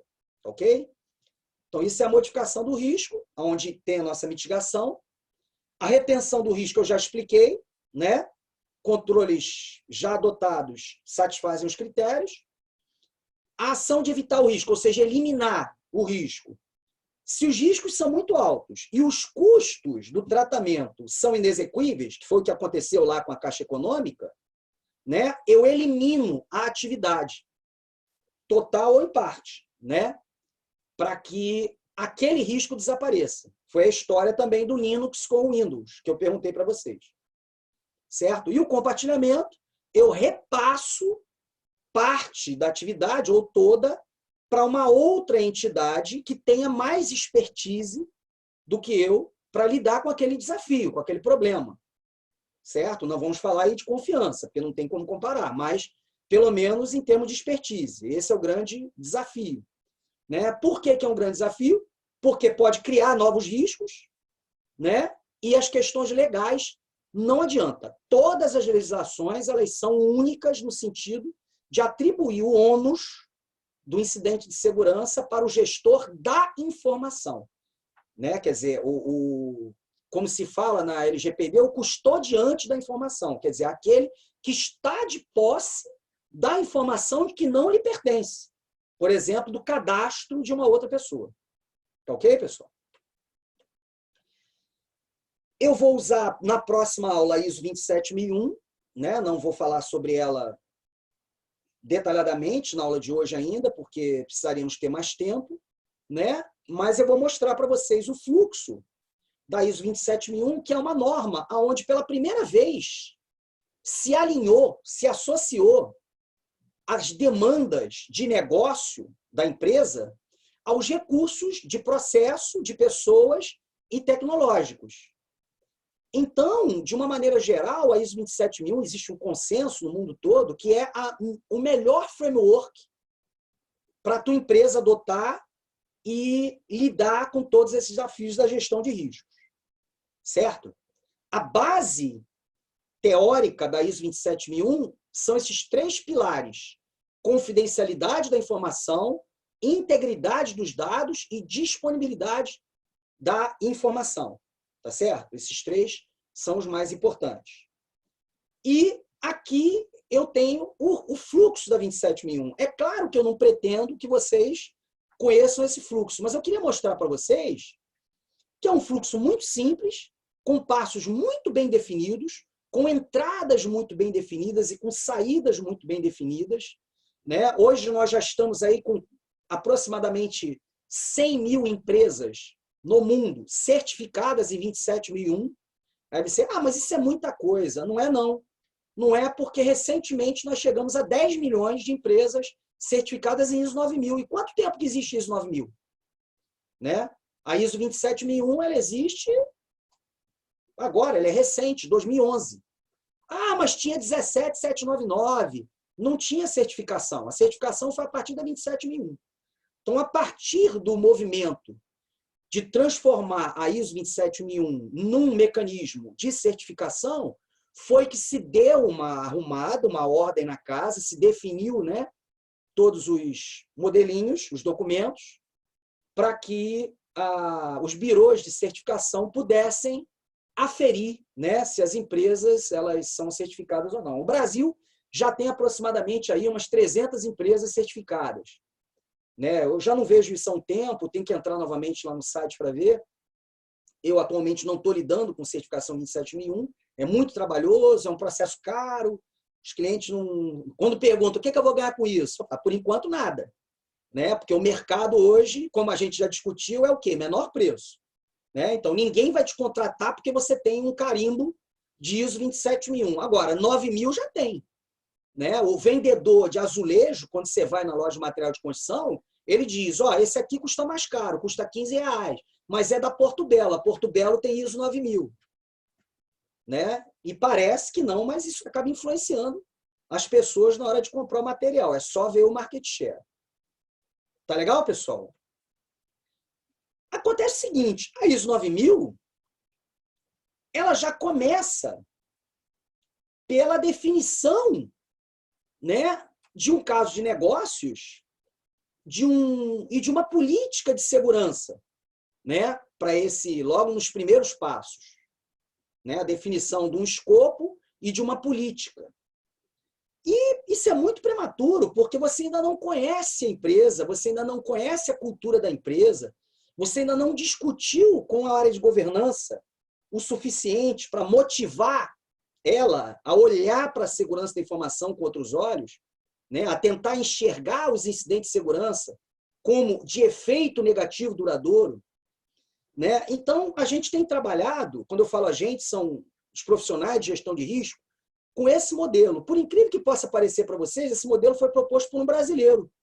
Hoje ele é diretor executivo da Shell, é o Marco Sêmola, foi meu colega na Fundação Getúlio Vargas, eu substituí ele lá, né? Ele foi professor da disciplina de gestão da segurança até o ano de 2005, 2007, aí a Shell chamou ele para assumir o CSO, o cargo de CSO, né? Chief Security Officer da Shell.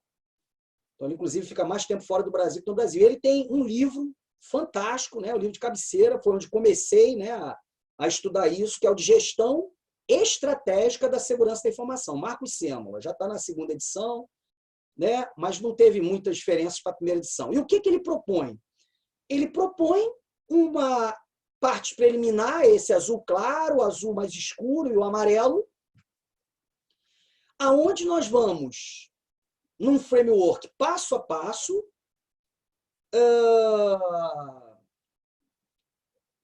conhecer a empresa e propor soluções bem pontuais e objetivas para incidentes que já aconteceram na sua empresa, incidentes que já aconteceram em empresas semelhantes à sua, né? Quer dizer, tudo que eu vou mostrar para vocês a partir de agora é orientado por esse framework, certo? Por esse framework. E uma outra modificação também que a gente faz nesse cenário é do ciclo de Deming. Porque o ciclo de Deming, ele prevê o PDCA, né? Já viram isso em alguma disciplina? O PDCA? Curso de administração, Sim. a gente começa por isso. Obrigado, Vanessa. Catrine também. PDCA, tudo que é professor fala em PDCA, né? E quando a gente fala em PDCA, qual é a primeira etapa do PDCA? Não é o plan? Isso. É o plan. Só que em gestão de segurança, você não pode planejar soluções para um problema que você ainda não conhece. Então, a gente propõe, na área de gestão de risco, que, na verdade, a fase check, a fase de monitoramento, é que seja permanente, contínua, né? E o início de tudo, como vocês estão vendo aqui pelo desenho. Eu tenho aqui o meu ambiente organizacional, certo? E eu vou monitorar esse ambiente organizacional que, eventualmente, já é influenciado por ações de continuidade dos negócios e ações de política de segurança. Ou não. Ou não. Isso pode ser também o início do processo. Mas, ao perceber qualquer risco, eu vou para a próxima fase do PDCA, que é o ACT, né? Depois do monitoramento, do check. O que é o ACT? Lembram disso, lá do PDCA? É a análise, não é isso? Então, é a avaliação dos dados do meu monitoramento, do meu check, né? Então, eu vou analisar esse risco, vou ter como saída a análise do risco, e aí sim é que eu inicio uma fase de planejamento, aonde eu altero soluções já existentes ou eu insiro novas ações que vão efetivamente passar a nortear os meus processos, as minhas pessoas e a minha tecnologia. Tá claro isso? Só depois de planejar muito bem e de, olha essa etapa aqui, ó, e de documentar isso tudo dentro das minhas políticas de segurança e dos meus planos de continuidade dos negócios, é que eu vou colocar em prática. Só depois está tudo planejado, prototipado, discutido com os colaboradores, nós vamos falar sobre isso na aula que vem, certo? É que a gente passa para a implementação. Então, assim, a gente gasta menos dinheiro. A gente racionaliza os investimentos em gestão de risco e gestão de segurança da informação. Tá claro, pessoal, para vocês? Então, é o que a gente chama de PDCA modificado, PDCA da gestão de risco. Tá bom? Beleza? Então, eu vou fazer o seguinte, eu vou parar por aqui, isso aqui eu vou ter que dar umas discutidas.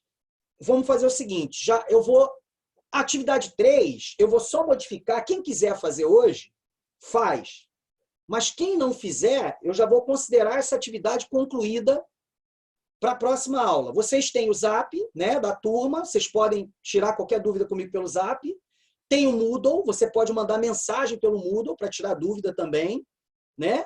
E tem o meu e-mail, aí que vários já me mandaram e-mail também, lá, o fsauer@gmail, tem o fred@sauersecurity, que é da empresa, qualquer um deles chega até mim, né?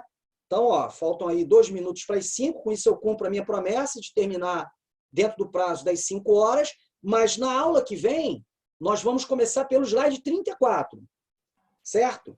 Só que na aula que vem eu não vou passar pela atividade 3, vamos passar direto, porque eu vou considerar que vocês já fizeram e durante a semana tiraram qualquer dúvida que vocês tiveram. Eu vou continuar aqui, tá, pessoal? Quem quiser fazer a atividade agora, só espera, por favor. Só um minutinho.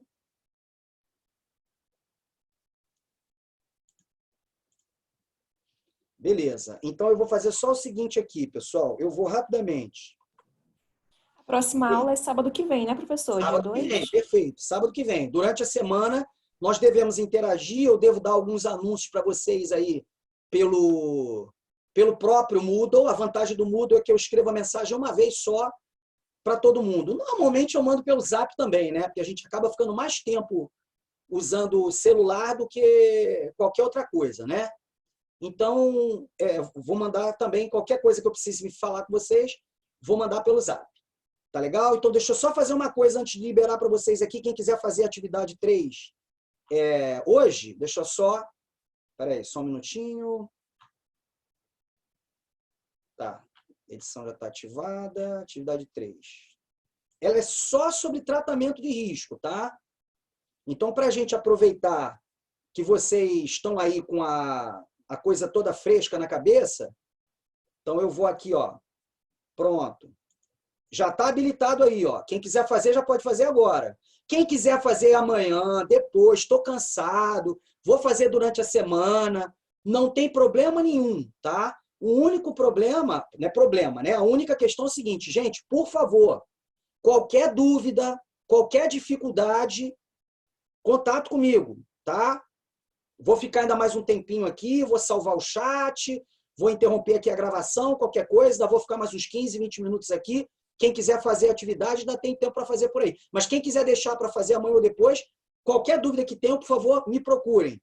Eu ainda vou gerar o link do próximo encontro no sábado que vem, tá? Vou mandar para vocês pelo Zap e pelo Moodle, tá bom? Então, nos vemos no próximo sábado, 8 horas eu começo. Eu sempre entro antes, tá? Quem quiser entrar aí uma meia hora, 20 minutos antes para bater um papo, qualquer coisa, estou à disposição. Já vou estar aqui bonitinho, o vídeo ligado, o áudio ligado, para a gente bater um papo. Já estou ansioso para encontrar vocês novamente. Turma ótima. O case você vai mandar no grupo do WhatsApp, professor? Para a gente escolher como é que vai ser? Tu já definiu essa dinâmica?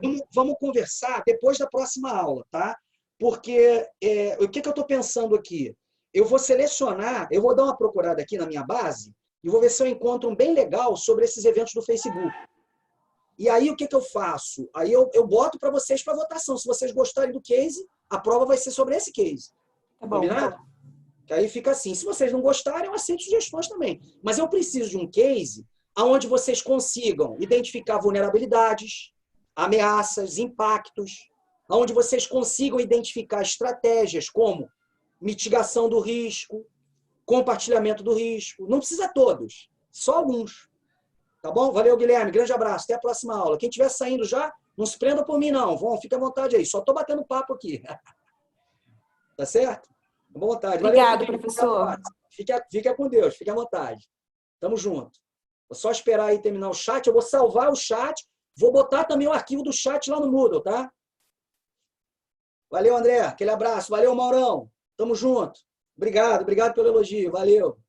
Obrigado. Ainda bem que vocês gostaram. Valeu, Berg! Pô, tirei a chefia do grupo, né, Berg? Acabou ficando com o Felipe. Eu já tenho um conchavo com o Felipe aí. Felipe já é meu escravo, já, poxa. Já estou orientando o TCC dele, já é meu escravo. Valeu, Paulo Vitor. Grande abraço. Tchau, Catrina. Até a próxima. Valeu, Neto. Obrigado. Muito obrigado. Ainda bem que você gostou.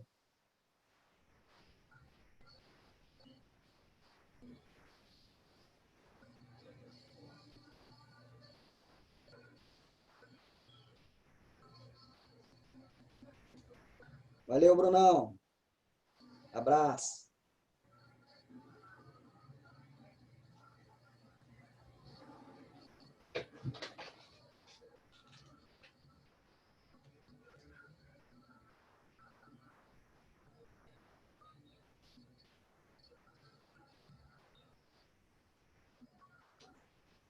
Parar a gravação, né?